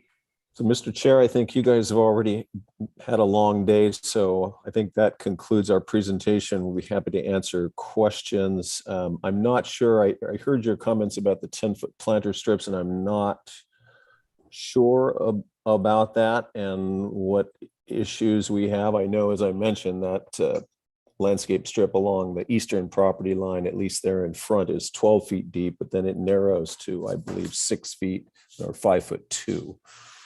So anyway, we'll stop there and answer questions. I have a question. Brian, do the renderings show the landscaping as proposed, or is it just, Yes. Yes. It does show the landscaping is proposed. Thanks. What is the planter depth there in the front? Because was that also a 10-foot requirement, or I suppose you'll look into it, but. Yeah, it's a 5-foot setback, so I don't know. I have to confess, that's the first time I've heard about that, and Gelleray isn't on, so Okay. all I know is we've been complying with the setbacks. Okay. So there is a planner memo, if you want it for reference. Yeah, I read through that. That's why he's wondering, I think this is the first Brian seeing it, unfortunately, but. Oh, okay. And just to clarify, you're going with a bore form concrete, right? Is that For that gray portion, Alex, yes. The back portion would be a white plaster. Okay. And then we really haven't called it out, but I'm imagining that that's going to be a metal fascia in that flat roofed canopy element over the entrance. Can we zoom in tight on those? It's really hard to see. Yeah, and they look better when they're zoomed in on, so. Put all that time and energy into it. We could zoom in on just the renderings maybe instead of looking at the photos above would be nice. I think same thing for the elevations. It might be nice to see them larger. Yeah. Do you want to do elevations or the? I mean, this at least gives you guys a sense of the height of the buildings. It's obviously a pretty low scaled. That canopies at 12 feet, as that shows. The building height generally is just about a little over 16 feet, and then we just raise that concrete portion up to 17.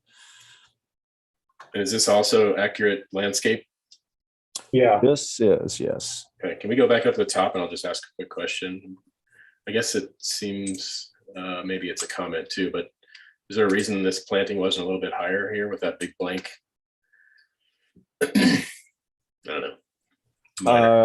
Yeah, I mean, it's a good, certainly that's worth considering. I don't think there's, go ahead. It probably will be higher than what's shown. I've got a crash of the blue waves there that would get 30 inches. That's probably like 18 inches shown. It's a little low. Okay. All right, we can keep moving. Scroll. Maybe go back to those renderings perhaps and blow up the actual proposed views instead of capturing both existing and proposed. Sorry, it's jumping around.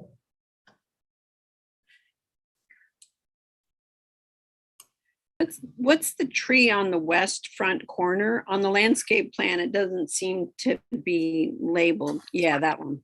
That's a white flowering crepe myrtle. Yeah. That's a crepe myrtle? And so is the one on the east side as well. And then is that an aloe, like Barbary or something? That's that's a specimen ponytail palm. So like a 36-inch box. Okay.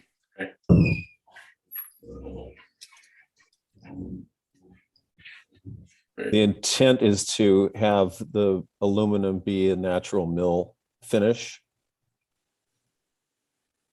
And then hopefully there'll be a little tint. We have regulations relative to the screening of the inside retail space. So you can kind of see that glass is frosted for that portion, but then it's all clear at the entry lobby.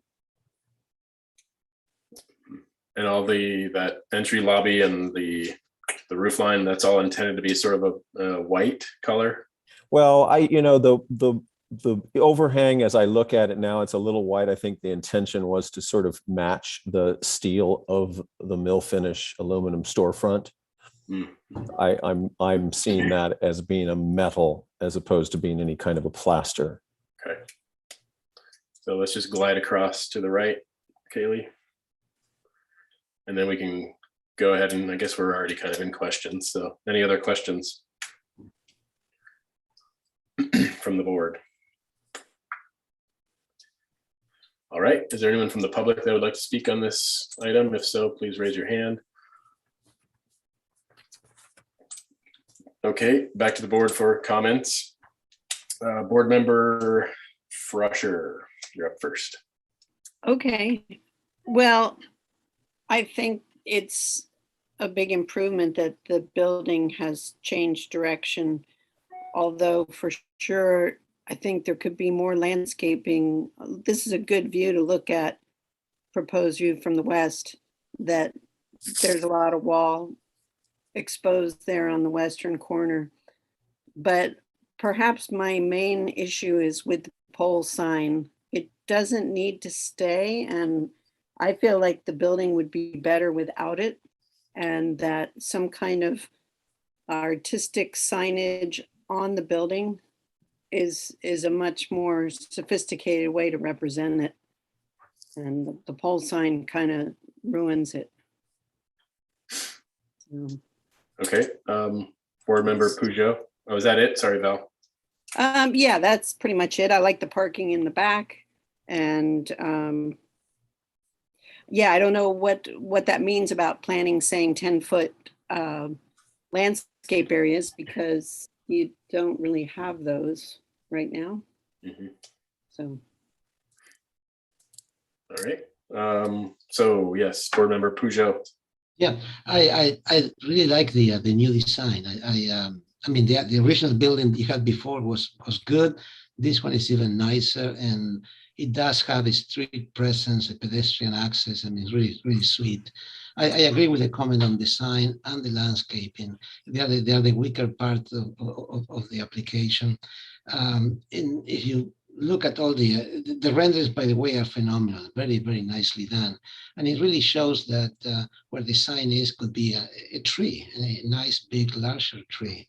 And the under, yeah, there should be more landscaping there. The front, on the blank wall, it could be a tall tree, it could be palm trees that will match the mid-century modern kind of look or style, and I don't know, maybe even some kind of, I mean, more mass. I think the landscaping lacks mass and quantity. So I agree with those comments. I think they're minor. I think the design is just a bad presence. It's a bad idea to keep these signs that were mainly, roadside signs for some previous use that is no longer needed. And the building is beautiful. So anyway, so those are my comments. Okay, board member Verdiak. Yeah, I agree with the foregoing comments. I think the sign is, needs to go. This will be in addition to clean up this strip here in Santa Barbara, which is sort of fallen in disrepair. So this will be a great addition to it. So I think the sign should go, and it could fit on the building, signage could fit on the building easily. I don't support the board form concrete. I think it's too strong, a little brutal actually. And it seems arbitrary to me. So those are my comments. Okay, board member Grubb. Excuse me. I think the architecture is really nice. I know I'm outnumbered, but I actually think the pole sign is kind of cool too. The landscaping, I think, is headed in the right direction, but I think it could be, the number of species could be simplified and used, and then strategically placed a little bit more per the previous commenters, where we have a lot of blank wall. But I think maybe not so many varieties along that frontage too, just with such kind of clean and streamlined architecture. I think reflecting that in the plant palette would be good. Right, board member Richards. Yeah, I agree with the comments that this is a major improvement in terms of the architectural design from the previous application. I agree with Kaylee. I think that the sign is kind of fun and funky, and it has some historical aspect of what was going on back then. There weren't cannabis stores back then. Well, I mean, not towards the cannabis business. Depends on how far back you want to go. Yeah. George Washington. So, yeah, it's an improvement. I think the layout of the site is a lot better with how that lobby area blocks the parking, and it serves people coming in off the street and from the parking area. I do agree that in the front, maybe the landscaping could have some kind of vertical accent, like palm trees or something like that. I think might kind of work in tandem with that style architecture, but I know Aaron's skillful and will probably come up with a better idea. So I give you all positive comments on the project. Thank you. Okay, thank you. Vice Chair Bloomer. I would just say, this is a tough little street. And I believe what you're doing here is going to kind of continue to move it in a direction that I think that we hope we get to see more of along that frontage. I would add too that, there's a kind of an automotive theme to this street. This is definitely laid out the old idea that everybody has a car in California, and some of the other retail frontages along this street are kind of specifically designated as automotive uses, and definitely laid out that way, and I don't think it's ever going to change. So I think it's just taking that idea and making the best of it, and I believe the sign fits really well into that. It's actually like the right size. It's not too big, and it's not too insignificant. It's really cool. They don't make signs like that anymore. Nobody will probably allow signs like that in Santa Barbara anymore. So I think it'd be criminal really to remove it. I think I think it works perfectly with what you've done. And I really want that sign to stay because I think it looks good. And I was kind of ruminating on John's comment about the board form concrete. Maybe there's something there to consider, but other than that, I'm very pleased with it. And I think it's a good example of what we could do with this street. And hopefully this sets a precedent going forward. So thank you. All right, thank you. Yeah, I am. You're the swing vote on the sign, I know, Chris. I was gonna say, I'm ambivalent about the sign. So. Yeah, I mean, there's a certain charm to it, I guess. It's not a super high-end street, and it's kind of a cool, quirky little element. I don't mind it, I suppose. I think you might also want a sign on the building, even if that does stay. But yeah, I don't know if I think I'm okay with the sign. I mean, if the sign is there, you just see that big, sort of not very attractive 3-story behind. So beyond that, the couple things the building to me is a little bit large, and I think we'll see what happens with that whole 10-foot buffer thing. But looking from this angle, which is a perfect angle to look at, the planter where you have that's probably a 15-foot tall white wall, if the gray portion is 17. That's a lot of. It's 15.6. Yeah. 15.6. Yeah, that's a lot of wall and a tiny little planter up against it, and I think that is going to be really difficult to get planting to bring down the scale of that wall. So I think that's a garage, right? And I guess that leads me to a question. The garage is just for the owner to park? No, that's for secure drop off when product is brought. They need to go into the garage, and the garage door locks, and it's all secure. Right. Okay. So I guess the retail space inside looks massive, and so I think that could trim down a little bit actually, and get a little bit more planting. But we'll see. I kind of want to see what happens with this whole 10-foot planter thing, and if it has an effect on the project as a whole. Beyond that, yeah, I mean, I like everything else. I think a lot of the comments were good. I'm not a big fan of the white for the roof, and so I think a more metal direction is a good call, Brian. And also, I'm not convinced of the board form either. I think there's so much of it there. I think you'd almost be better off with like a gray plaster or something, but not 100% sure. And then lastly, maybe the New Zealand Christmas tree, for a canopy tree is very slow growing. So I don't know, it's a nice tree.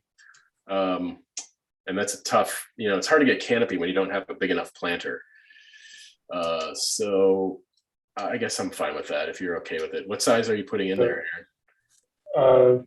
I think I'm proposing 15 gallon, but Actually, I think I'm proposing 24s. I have to check the plan, but Yeah. I think I would say- 24s would be appropriate. I think 36s would be maybe more appropriate just because of how slow they are, or maybe consider an alternate species that maybe has more canopy to it. I But did call out the water gum as an alternate, sorry, which one? the Tristaniopsis lina. Okay. Oh, carrot wood? No, Tristaniopsis, the water gum. Oh, water gum. Sorry. Okay. Okay. Anyway, that's pretty much all I have. So, Mr. Chair, could I get, I just would like to hear from staff, maybe that, or maybe just understanding, is that 10 foot? I guess I'm a little confused because there's a 5-foot setback. So what is the 10-foot intended? I mean, does it basically nullify the 5-foot setback? Is obviously if we've got to provide 10 feet all around, we have a problem. Mhm.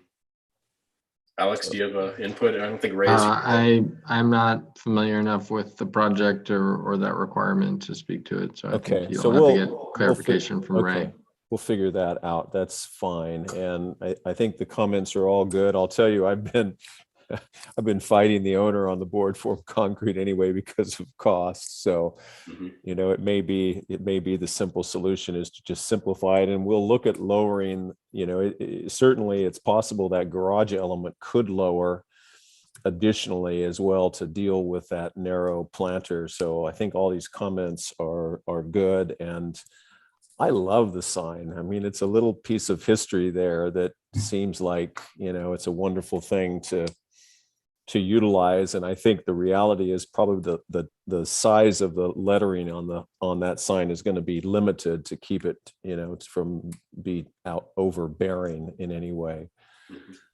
But that's, I appreciate all your comments. Okay, I have another Brian, a I'll question. trade you the sign for the board formed. Okay, John.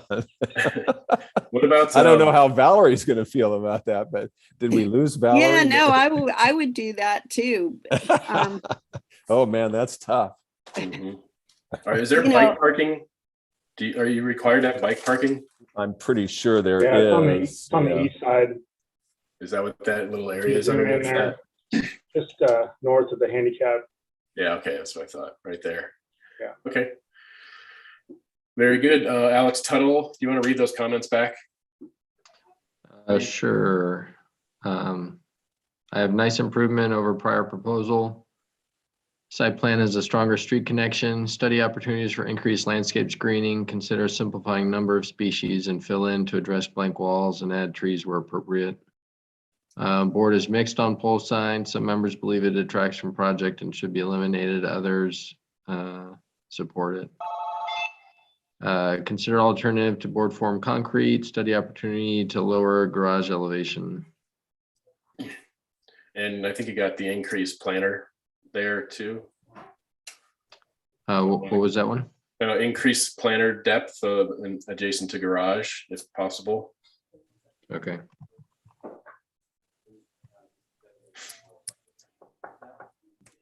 Which may affect the size of the building itself, because you're not going west. No. All right. Any last minute comments from board members, or we good to go here? This would be to return for, I think we should say further conceptual in case this 10-foot buffer thing comes into effect, / preliminary. Yeah, I think that's right. I think we go to the planning commission or some board or something after you guys. So we'll be coming back to you after that process is complete. Okay, so Brian, what is the permit type for this project? I'm not sure. I'm sorry, Alex. I don't know. Laura and Gilleray are the ones who are more Okay. knowledgeable, and unfortunately both of them are out today. So I know, though, I believe there is another hearing just for the actual cannabis application Okay. when it's all said and done. But I would hope that, assuming we can work through that whole landscape strip issue and whatever that next process is, that when we come back to you, it can be for preliminary approval. So, Chris, then the question is, do you want to see it again if the landscape buffer changes the design before it goes, assuming it goes to some type of decision maker? Do you want to see it again if there's a change associated with that? Damn this fucking thing. I don't think so. I doubt that the style is going to change much. It would probably just shrink up a little bit.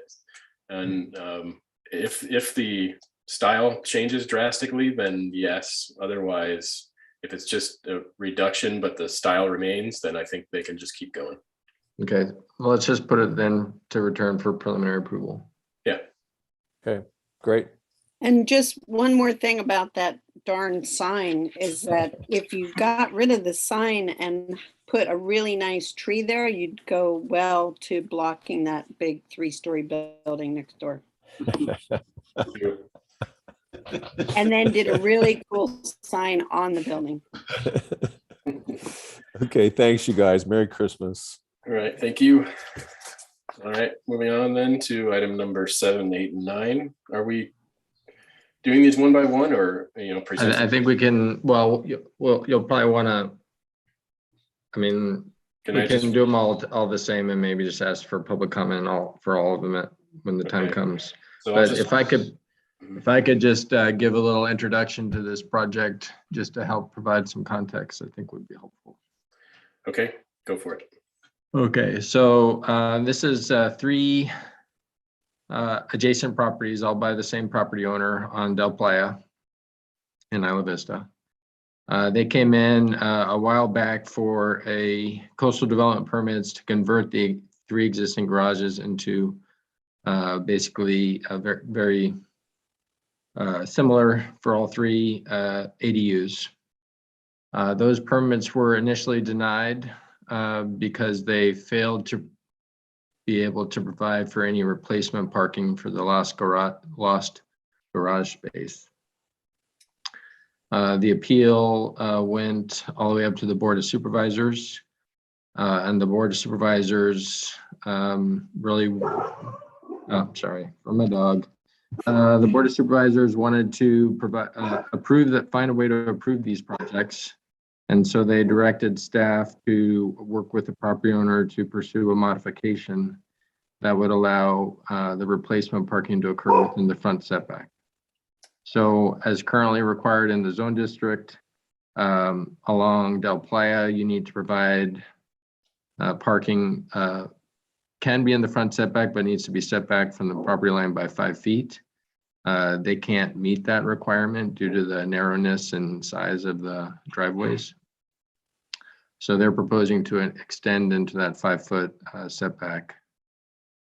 And then also their request is to, instead of the typical having one of the 4 spaces be allowed as a compact, they're requesting that all 4 of the spaces be permitted as compact spaces in order to fit on the site. One thing you will see is the bottom of the 3 lots, due to the tightness of the site. And zoom in the next page on the site plan. Yeah. Even with the 4 compact spaces, the one of the parking spaces would actually extend beyond the property line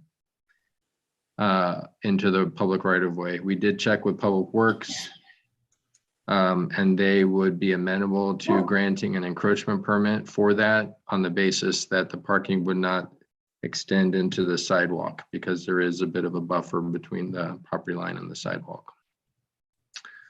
But so that's the package before you. Is you essentially have 3 modifications for parking. As you know, an ADU would not normally be subject to BAR, but because they are asking for and requiring the modification for the parking, projects do come before your board for the modification findings. So if you recall, the modification is kind of in the interest of good design. A modification to a standard is supportable. And the exact language to that is identified in the memo that has been submitted. Okay. And I think with that, I'll hand it over to the agent or architect to just go over the plans real quick. Okay, well, Actually, I'll read, let me could read I- the description first, actually. We didn't really get into that yet, so, yeah, real quick here. So this is the Williams modification, items 7, 8, 9, request of Michelle McToldridge for George and Karen Williams for conceptual review and preliminary approval of a parking modification associated with 339 square foot garage conversion to ADU. 0.14 acre parcels. And we also have planner memos for each, and I'm going to read those as well. And I assume that one memo will kind of apply to all. Is that right, Alex? Yes. Okay, so let me just read through that real quick. And hold on one second. That's the previous project. So, yes, so the planner comments, the project is for a modification to allow 4 on-site parking spaces to be compact spaces, meaning 8.5 feet wide, 14 feet and a half feet long, and to be located partially within the front and side yard setbacks. Do I need to read this, or is this pretty much summing up what you did, Alex? Kind of sums it up. Yeah, okay, so modifications required. But if you want to read the specific language, the finding that you have to make, that might be helpful. Where's that one? Project must receive preliminary approval from SBAR, must make the following finding prior to action on the modification. The modification is minor in nature and will result in a better site or architectural design as approved by the BAR in compliance with section 35-184, and or will result in greater resource protection than the project without such modification. For location of parking, well, you kind of read all that anyway. Parking is allowed in the front setback on parcels located on the bluff as long as a minimum 5 feet is maintained between the right of way and the adjacent street and parking area. That's it. I have a question. When it went up to the level of the Board of Supervisors on appeal, was the reason that the Board of Supervisors pushed it forward is because of extreme lack of housing, that they want to encourage ADUs in addition to this already dense housing? I mean, can we just get a quick Sure. understanding of what happened? Basically, yes. Okay. It was due to the distinct housing shortage that's particularly in Isla Vista, and you're hearing all the stories about college students not having sufficient housing and various things like that. So that was a large part of it. I would say one other thing to point out is we are currently operating under our zoning ordinance requirements pertaining to ADU that still require replacement parking if a garage is converted. However, we have processed amendments to our zoning ordinance that would eliminate that replacement parking requirement. Right. The Board of Supervisors has approved that, but it is pending certification by the Coastal Commission. So if that ordinance goes through as currently locally adopted by the Coastal Commission, then this issue wouldn't be before us today. The replacement parking requirement would be eliminated. Right. So it's just a matter of timing. Yeah. Okay. But there's also the issue of the encroachment into the sidewalk, right? Well, it doesn't encroach into the sidewalk. It just extends a few feet into the right of way. Ah, okay. Right. Now, can I ask a question? I'm not sure if the applicant is here, but in those drawings, I'm looking at the pictures and looking at the drawings, the plans. The picture shows some vegetation that looks pretty nice and pretty good. You know, there's some palm trees, there's some trash enclosures and all that. I would like to have I mean, just one drawing showing the 3 of them. We only need one drawing. We don't need all this stuff. Yeah, that one right there, with the right side of the picture blown up to maybe 3 times the size, and you can show exactly what happens with the landscaping and where the trash goes and all of that stuff. Because right now it looks like okay, the trash next to the power pole, maybe that works. The spaces are very tight. They're only 8'6". I understand why there is not much room. I'm afraid in reality, the whole darn thing is going to end up being paved, and so people can get out of their cars and so forth. And I would like to figure out a way so that does not happen. You know, at least some of the landscape remains. Okay, so let's, that sounds good, Alex, but let's get into the presentation here where give the applicant a chance to present. And so whenever you're ready. Board members, this is Michelle McToldridge. Can you all hear me? Yes. Yes. Okay, good. So I'm representing the Williams family. John Williams is a panelist as well, and he will be able to provide some additional information if needed. I think a lot of the history and the background has been presented, but I'll be available if there's questions. There are these 3 single family homes. They're 2-story, 3-bedroom units, and they're fairly new, immaculately maintained, beautiful houses. So that's why you see a lot of nice landscaping, trash enclosures, and amenities that a lot of the homes along here may not offer. And then, we've gone through our initial submittal, which was denied by staff initially over concerns of parking for beach access, not necessarily for the residents of the home, but general access to the beach for vehicular visitors.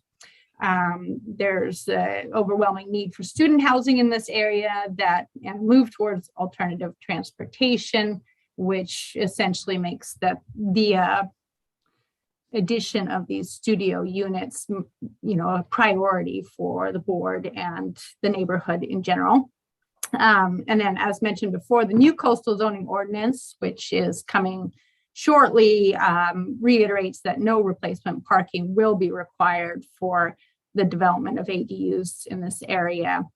So as a means to move forward, we're requesting this modification on each of these individual lots to allow 4 parking spaces provided as compact spaces. We included on this graphic, the one on your screen, the blue line is the back of the sidewalk. Red dots showing some of the power poles, fire hydrants, and other impediments to, walking any farther over to the left side of that line. So these parking spaces would not impact the actual sidewalk. I don't know if Kaylee can go to the next sheet where we include some photographs. Basically this proposal actually maintains how the vehicles are parked on these sites today. So the 4 vehicles easily fit in these spaces. This is how they're parked all along here and on adjacent properties as well. So really there will be no change to the parking situation for these homes. And then aesthetically speaking, there's very little change to the exterior of the houses, whereas just the garage doors will be replaced with windows of similar style and materials as what you see there. And the entrance to the units is around the side of the buildings where there's an existing door to the garage and the unit entries for the main house as well. So we're really happy to have found an amicable solution to staff's initial concerns. We look forward to providing the much needed housing in this area and allowing the students to live close to campus, the beach areas, and amenities. So open to questions, and I look forward to moving these through. Thank you. Okay, thank you. Any questions from the board?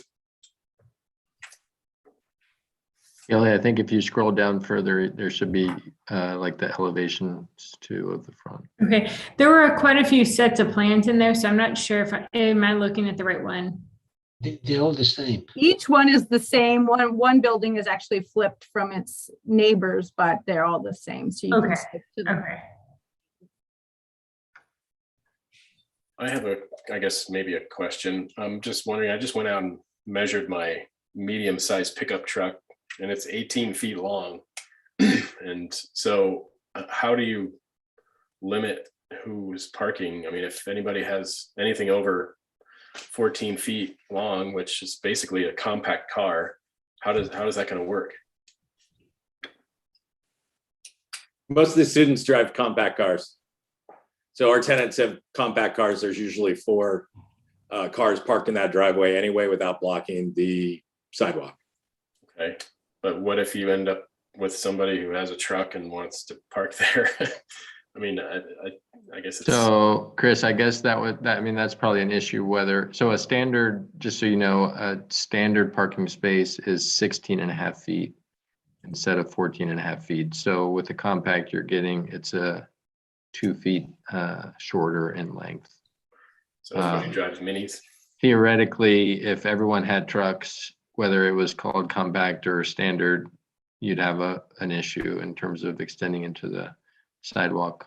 Yeah, and I guess it's not even just trucks. I mean, any old car or, it's, okay. Hope that it's balanced out a little bit by the ultra compacts and the tiny cars, and most students have bikes, so that some of these residents are driving mopeds. So for every large truck, we hope it's balanced out by something that is much smaller.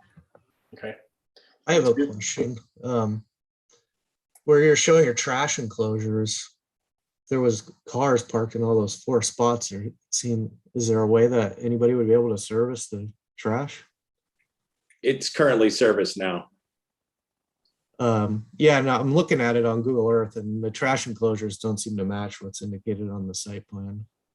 So the trash enclosures appear to be kind of like broken apart. And so I'm just wondering, if there's 4 vehicles in there, how does somebody pull out that trash can? Marburg services it, is it twice a week or once a week? Twice a week. Twice a week, and so far there hasn't been problems since 2005. I guess it still doesn't answer the question of how you. There's usually 4 cars parked in that driveway, and the trash is serviced, and it has been for since 2005 when these houses were built. Okay. So how they do it is they'll either coordinate with most of the time they're not blocked, so Marburg's able to move the trash, and if they are blocked, Marburg wakes the people up and they move a car and service the trash. I was just curious how that works. Yeah. So the crux of these plans is it's going to stay the same as it has been for the last 14 or 12 years. 16 years. Yeah. So it's all right. Good. Any other questions? This is a minor question, but the proposed elevation, are the cars butting right up to this elevation, or is there a planter in between There is no plan to propose. Obviously, there'll be some curbs and tire stops so that they don't bump into this. But with the limited space already, we're just maintaining the asphalt or the concrete that is there. Okay. And I imagine these windows, the sill height is so high for privacy. Privacy, security, yes. Okay. There is egress available from this side, but those are just to bring some light in through the front. Okay. I have a question for staff. What is the expectation of the S-bar here? I mean, there's little to no wiggle room anywhere. So what are we supposed to be commenting on, really? Well, I mean, whatever you want to comment on, the modification does require preliminary approval by the BAR, and you have to make that finding. So you could speak to, if you have conditions or you feel like the plans might not accurately depict the trash enclosures, or want to make sure the landscaping is properly depicted on the plans, or you have, any suggestions on any improvements that could be appropriate, I think you're welcome to provide those. Okay, good. Thank you. So any other questions from board members? Okay, is there anyone from the public that would like to speak on this item? If so, please raise your hand. I have a question. Do the trellises that come forward now, are they maintained? They stay the same? Those will stay there. Okay, and so we can come back to the board then for comments. I'll just open it up to anyone. This would be for all 3, basically. Someone want to make comments? Yes, Mr. Chair, I would like to have better documentation of what happens exactly in the proposed parking areas. I'm not opposed to the project. I just simply, I am concerned about not this applicant, but maybe somebody 10 years from now that's a little bit less careful and ends up, well, basically paving the whole front yard of these 3 units, just to make it easier for cars and people to go in and out. I would like to see the landscape plan, and if there's any improvements to I mean, the site plan, the page, what is it, page A1.1. I'm only interested in the right-hand side of the page at the scale of 1/8 inch equals a foot, or something decent, something you can really read. Maybe 1/4 inch equals a foot, considering that it's so small, just to indicate where the boundaries are, where the curbs are, where the proposed trash enclosures are. Not necessarily for this applicant, but for perpetuity, because property comes and goes, but buildings remain. And this is a document that indicates under what considerations this modification is granted. What we have now just shows some squares and lines, but there is no living material shown. And I think that is, it's a deficiency. I'd like to see the overhang, the trellis overhangs, and I would like the trellis to remain. If there's a curb stop, I'd like to see that. If there's going to be any low planting in front of the building, or maybe that's not possible because of moisture issues or whatever. So basically, that's what I would like to see, a plan that creates some improvement of the area in order to allow for this modification. Okay, sounds good. Anyone else? Comments? Yeah, and I'll add on to that. Just looking at it here on Google Earth, I think that you guys should fix the trash enclosure. So, I mean, I brought it up just because I was curious what the thing looks like, and the site plan doesn't accurately depict what's shown in Google Earth. I don't know, maybe it's changed since 2019 on this image, but it's not nice looking at trash dumpsters. Okay, so I guess the comment would be repair trash enclosures if they're in disrepair, or if they're falling apart, whatever. Okay. Anyone else? Comments? Okay. I don't have any additional comments either. So it sounds like we need more information, but generally supportive. And so what do we, basically we're just comments, right, Alex? Well, so the question is for your board is whether you would be granting or supportive of granting the modification preliminary approval today with the project to come back for final with these details, or if you need these details in order for you to be comfortable granting the modification or granting preliminary approval for the modification. It sounds like we're comfortable granting prelim and then bringing the details back for final. Wait, but the once we grant the prelim, there's no leverage left, because as far as the modification. I mean, are you opposed to the modification though? I like the landscaping to be mitigation for the modification. Just to make sure that it's there in place and it's as good as it can be. If there's something that needs to be improved, not just the detail on a map that's shown after the approval is granted. Okay, would you feel comfortable at coming back for prelim and final on consent? Well, we have to kind of do it the way the ordinance is set up. We have to kind of do it stepwise. So you would grant preliminary approval, then the modification itself could be approved. Then it will come back to you for final, like final on consent or whatever. Okay. That's what I think happened. Things you come back, it can be like one, you can call it 3 addresses, but it would be one project. We only need to see this page shown on the screen right now. We only need to see the right-hand side of the page, but it has to be well detailed.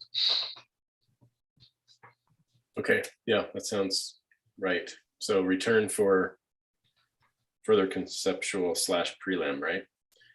Right, yeah, it could be for return for preliminary, but it needs to provide the information we require. Alex, what kind of timing are we talking here? This is, we obviously have had this in process now for 500 days and are based on our prior activity together. This is something that was we're supposed to present. We're fine with keeping the the vegetation exactly the same way it is. That's what we would prefer to do. The modification is, but this process, everybody so far has been in support of the modification. We'll keep the only pushback that I'm sensing right now is that we keep the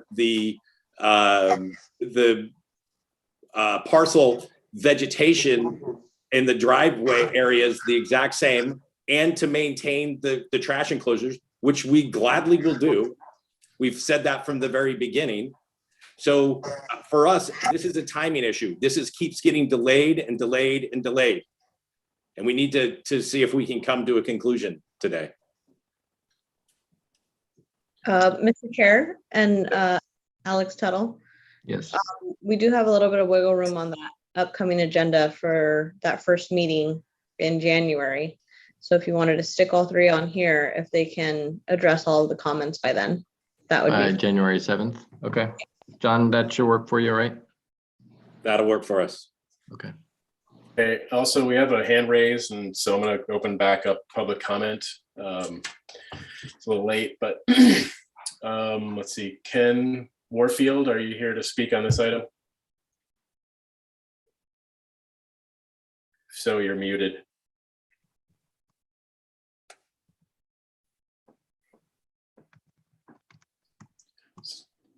Still muted. There you go. Can you hear me, Ken? Mr. Warfield? All right, that's not working. Sorry about that. So yes, so we're coming back for further conceptual / prelim on the 7th, correct? Sounds like it. Yeah. Yeah, that sounds good. Alex, if you could just send me an email just so that I don't miss it while I'm putting out that final version of the agenda, that would be awesome. Sure. Okay, and then Alex, do you want to read the comments real quick? Sure. So I have provide better documentation and details of existing conditions, including landscaping, trash enclosures, curbs, et cetera, to remain in place. Provide plans at larger scale. Site plan does not accurately depict current trash enclosure conditions. Trash enclosures to be properly maintained / repaired as necessary. Was that it regarding the enclosures? Like, I couldn't quite get that comment. Yeah, I think so. Yeah, and I would just say may not. Not necessarily do not, because we're not sure. Robert was looking at old, Google Earth images. So okay, instead of plans do not, just say may not. And then I'll repeat these same comments for all three items. Yes. Okay. All right. Very good. Thank you, everyone.